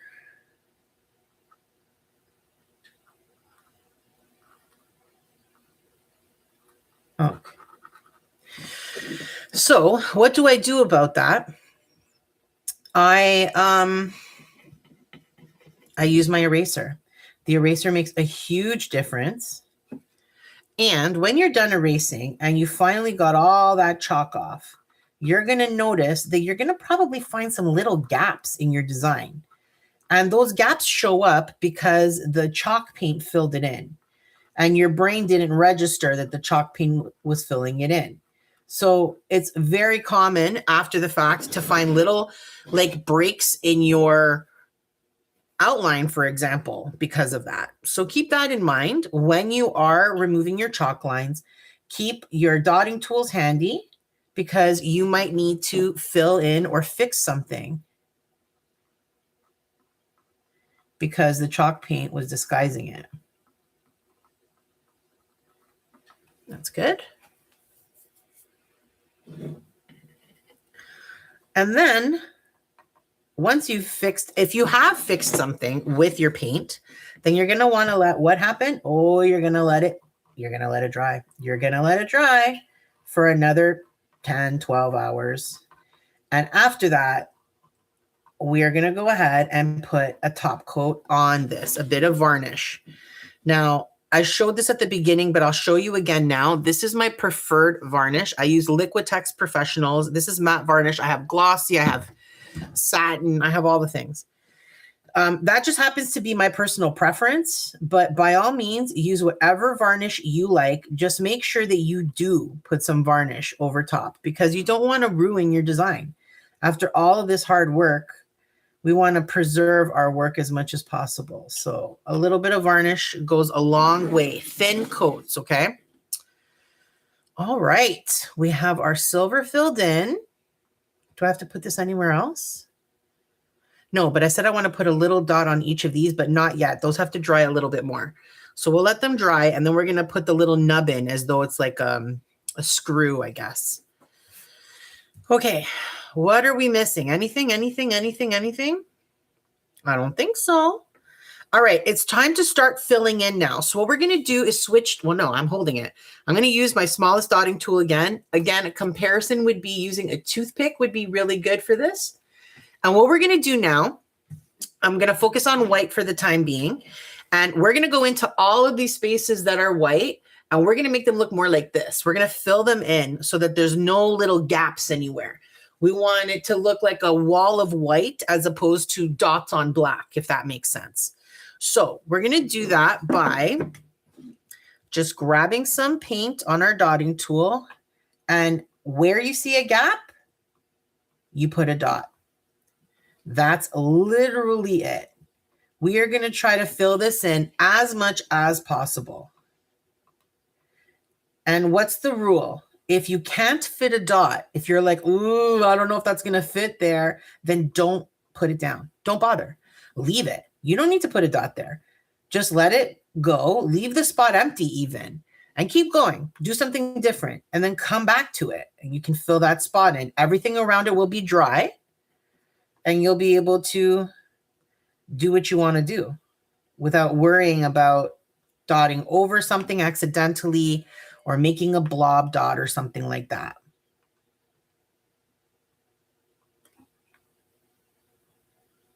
I'm going to fill in a little bit more up there, and then we're going to have a quick look because I always love showing what I mean by why we're filling this in. Whenever I do this type of artwork where we have this image that we've chalk transferred onto our project and then outline it and fill it in with dots like this, it's always a challenge to keep people like not freaking out and be like, oh, that's going to look so stupid. Look at all those empty dots. Just trust the process. It takes a little bit of time, but as you fill it in, you'll start to notice that it just looks so cool. It really does. I love dot painting. It's really calming. Man, we live in such a stressful world. Life is so freaking hard that something that's going to keep you chill and calm, bring it. Bring it. Okay, look at the difference.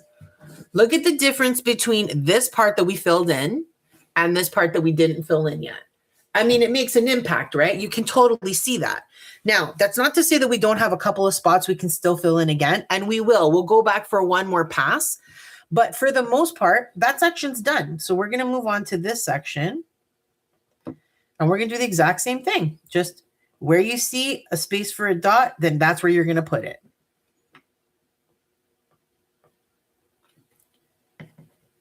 And if you're not sure if you can fit a dot, then don't put it there.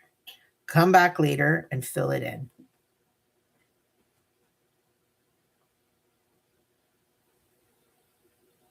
Ooh, ooh, ooh. I almost didn't follow my own advice there. What a surprise. Isn't that how it normally goes? You give great advice to others and then you don't take your own advice. Actually, no, I take my own advice. I'm great at advice. That would be silly.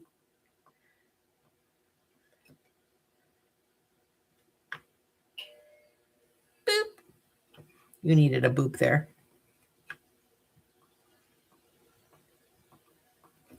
So in these spots where there's room for bigger dots, that's why I keep putting a lot of paint on my dotting tool. I go straight into those sections that have a big spot so I can get a bigger dot in there. And then I walk the dots out of it so that all these little dots come into being without any issue. I actually think I am going to dot over the blue dots I did on the bottom here. I shouldn't have done blue down here. I didn't think of it when I was making the outline. But this should be white, not blue.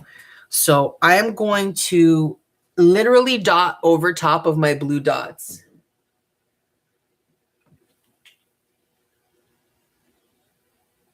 Hey, Rachel, thanks. That's wonderful feedback. I appreciate that.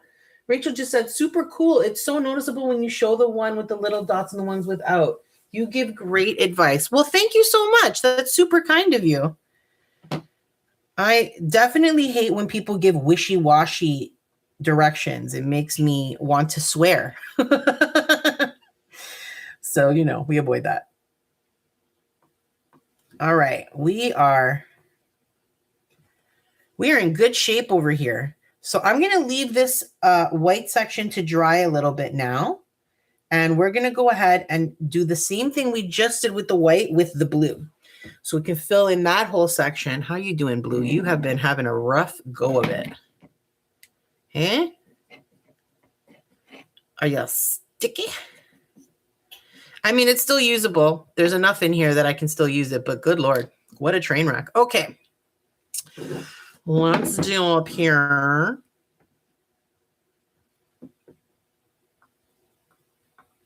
So the blue is always harder to see, especially on the screen. I'm sure that's a harder contrast to see. But we're literally doing the exact same thing. If you see a spot where you can fit a dot, plop it in there. And if you're not sure, keep it moving. Don't worry about it. We'll come back to it later. We'll fill it in after when it's dry. Now, these blue sections, I used a lot of larger dots here because there was room for it. So there's not going to be a ton that needs to be done to fill it in. That real estate was already covered by the big dots, but a little bit goes a long way in just making that optical illusion that this blue section is solid blue when really it's a bunch of dots. I guess this would be considered more like pointillism as opposed to, you know, mandala dotting that you're used to seeing online and all over the place, really. Mandalas are everywhere. Whereas to me, pointillism is more when you're trying to make a specific image visible in your design as opposed to like a mandala. Oh, ooh, I made the biggest blob dot there. Oh man, what am I going to do? What am I going to do? Am I going to fix it? I'm not going to fix it. I'm going to try to make it a little rounder, but I'm going to leave it. Why? Because I don't care. It's not a big deal.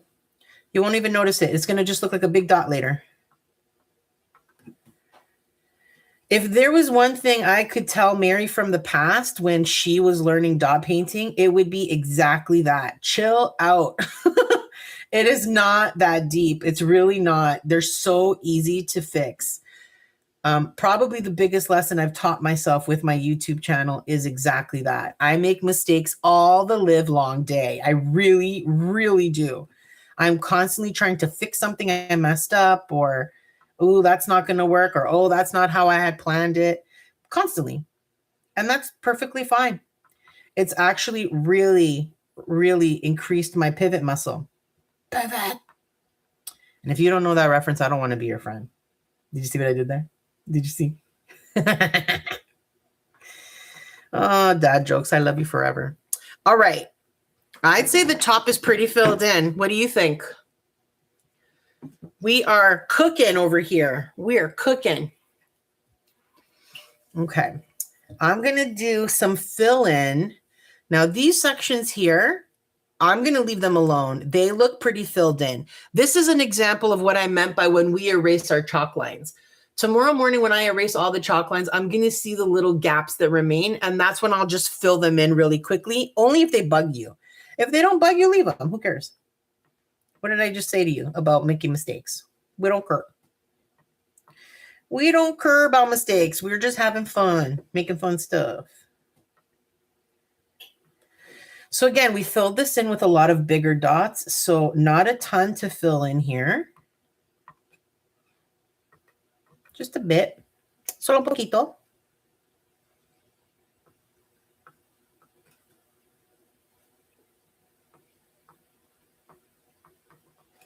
Oh my. Oh my, we're so close to being done. Control thyself.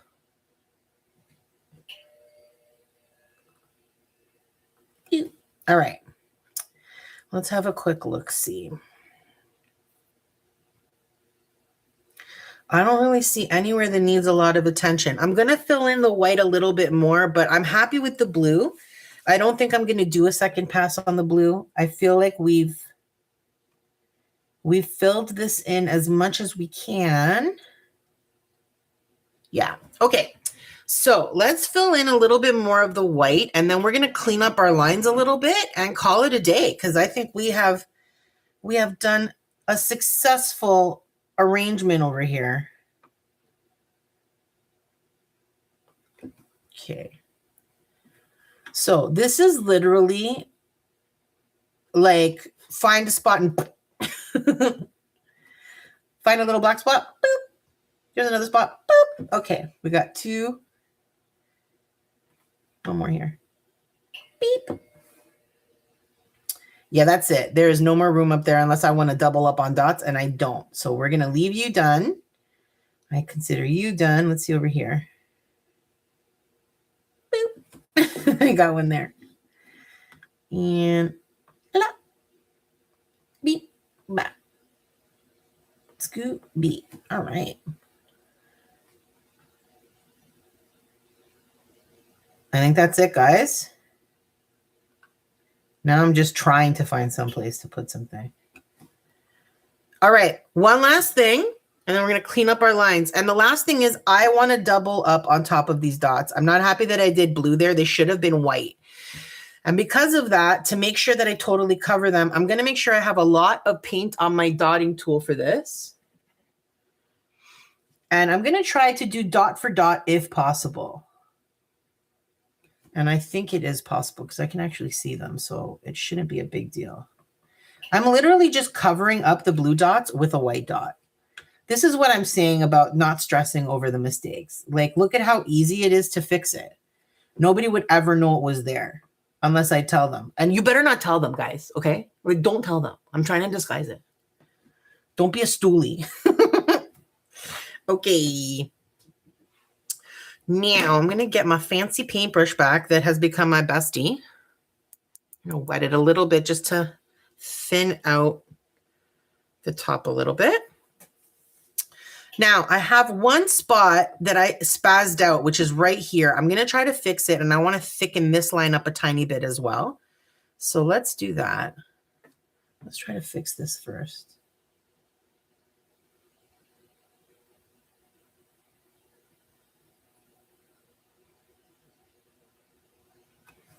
That worked out well. Now let's see this one. This is the one that was just like losing its mind.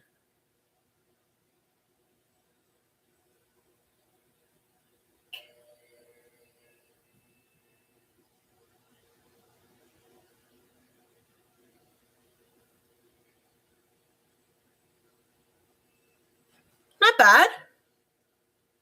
I mean, it's better. It's significantly thicker than this one, though. So maybe I'll thicken this one up a tiny bit.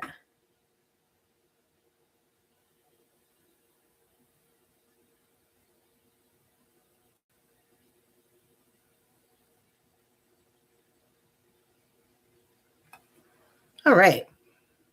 I'm into it. Do I have to fix anything else? This line could use a little fixaroo.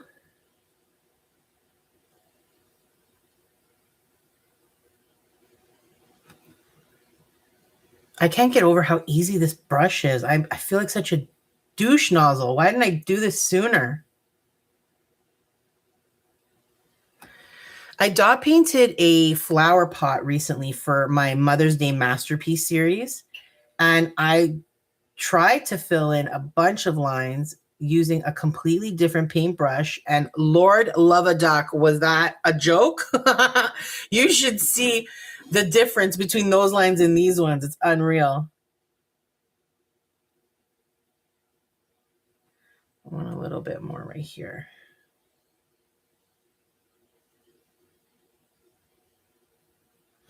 All right, guys, we are in good shape over here. I've got one more couple things I want to fix. These lines.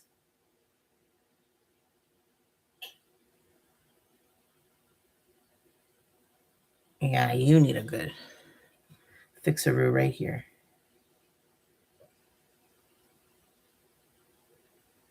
Yeah, that's some good stuff.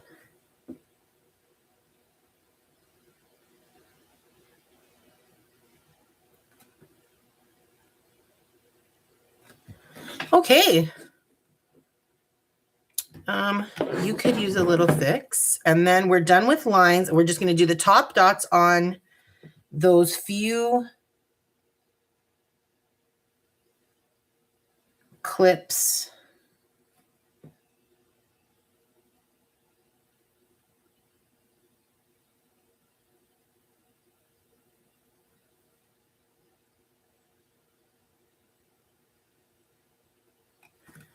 All right.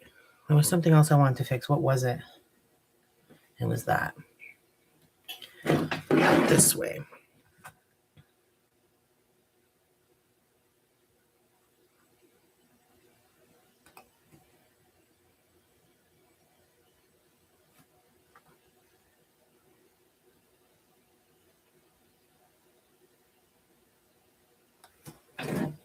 All righty.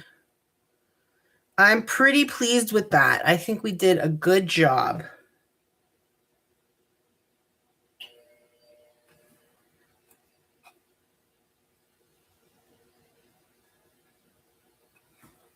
What do you guys think? Are we good?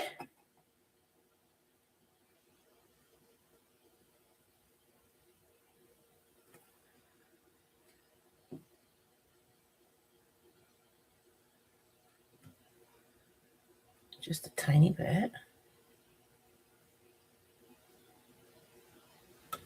All right. I am pleased with that. So we've got one last step and we are done and dusted, which is we're going to add a couple of, like, you see these little notches here? These are little, what do you call that? Screws? Nuts? I don't know. Whatever they use to secure the grill of the mask onto it, it needs a little nubbin. So we're going to put a tiny, I think I have enough in here still, a tiny little dot. So I'm using the top of my stylus. All of my styluses have the same size dot on top. It's like, I think it's a 1.25. I'm not 100% sure, but I think so.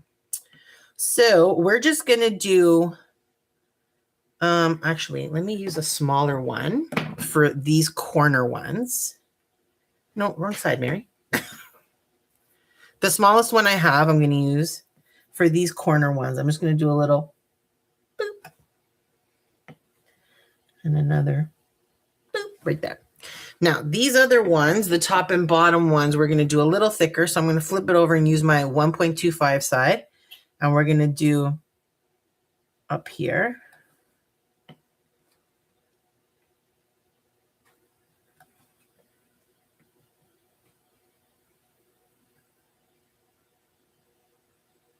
Okay, you ready? This is going to be the last dot. Woohoo! Ladies and gents, what do you think? We made ourselves a goalie mask. Man, oh man, did this come out great. I'm so jazzed. I think my husband's really going to like this. What do you think? Isn't it awesome? So let's do a quick recap before we call it a night. So we started off with this cute little trinket tray, this wood tray that I got at the dollar store. These are twinsies. This was $1.25, maybe $2.50. I can't remember, but I got this at Dollarama. Check Dollar Tree too, though. They have a lot of little things like this that you can pick up. So I painted mine with a base coat of chalk paint. I like to use Folk Art Home Decor chalk paint, but any chalk paint will do. And I gave that one quick coat all over the place. One coat is all you need when you're using chalk paint. Super thick and goes on really well. Once that dried very well, I put 2 thin layers of this varnish. It's Liquitex matte varnish. You don't need to use this varnish. Use any varnish you like, but do use a varnish. It's super important because if you don't cover your background color in a varnish, if you make a mistake and you use your Q-tip to try to clean that mistake up, you're going to end up pulling up your background paint as well, which is no bueno, amigos. So a couple of thin coats of varnish will completely resolve that issue. Then we used our cool little hockey image here, which is a free downloadable available in the description below that I made for this project. And basically I just printed out this image at 110% because it fit my tray the best.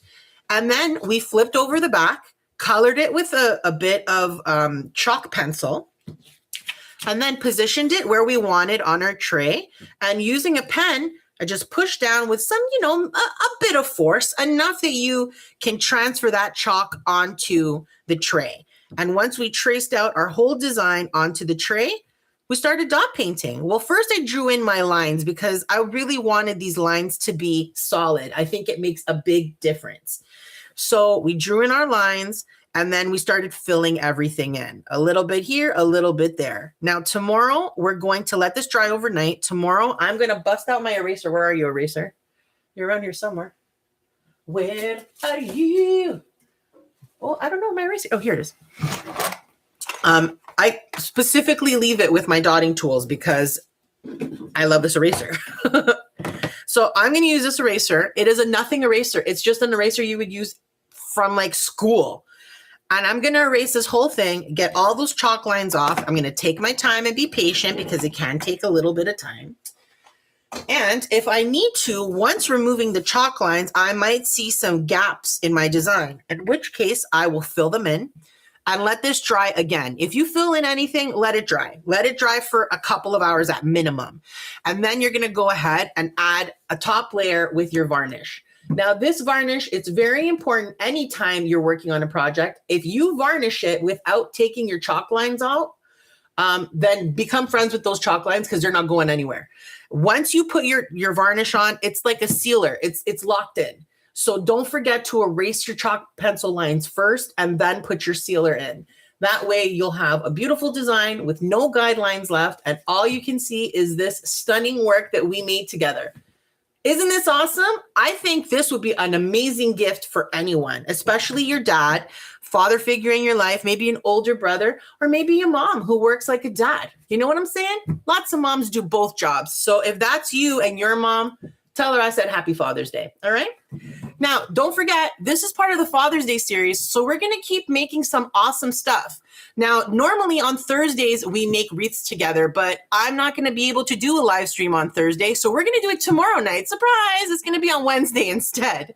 So tomorrow night, we're going to be making a super cool pizza pan wreath. with Scrabble tiles to put out our family name. It's going to be a lot of fun. I've never done anything like it. So join me tomorrow night at 7 p.m. Eastern Standard Time so we can make that wreath together. But if you're really interested in dot painting, next Tuesday at 7 p.m., we're going to be dot painting another Father's Day favorites project. So join me again at 7 p.m. We're going to be making some fun stuff. I dot paint live every Tuesday night at 7 p.m. Always something fun, always something different, and usually on a lot of different surfaces. I like using the variety of options available. That's the beauty of dot painting. You can basically dot paint anything if it's not moving. Please don't dot paint your pets. I highly do not recommend that, okay? Just for the record. And if you're interested in learning more about dot painting and beginner-friendly projects, check out my channel. I have tons of live streams like this one that are in replay, meaning you can watch everything step by step and hear me yammer all the way through. But if that's not your cup of tea or you don't have that kind of time on your hands, don't worry. I've got a whole bunch that are 5, 10, 15 minutes long as well. So check out my channel. There's lots to explore. And, tell a friend. We have a great time here at the IHC Craft Room. I'm really, what kind of friend are you if you don't tell your friends about a good time? You're a bad friend. That's what you are. So be a good friend. Tell your friends to come to the IHC Craft Room where we're going to have so much fun together. And don't forget to subscribe so that we can continue to get crafty together. Toodaloo.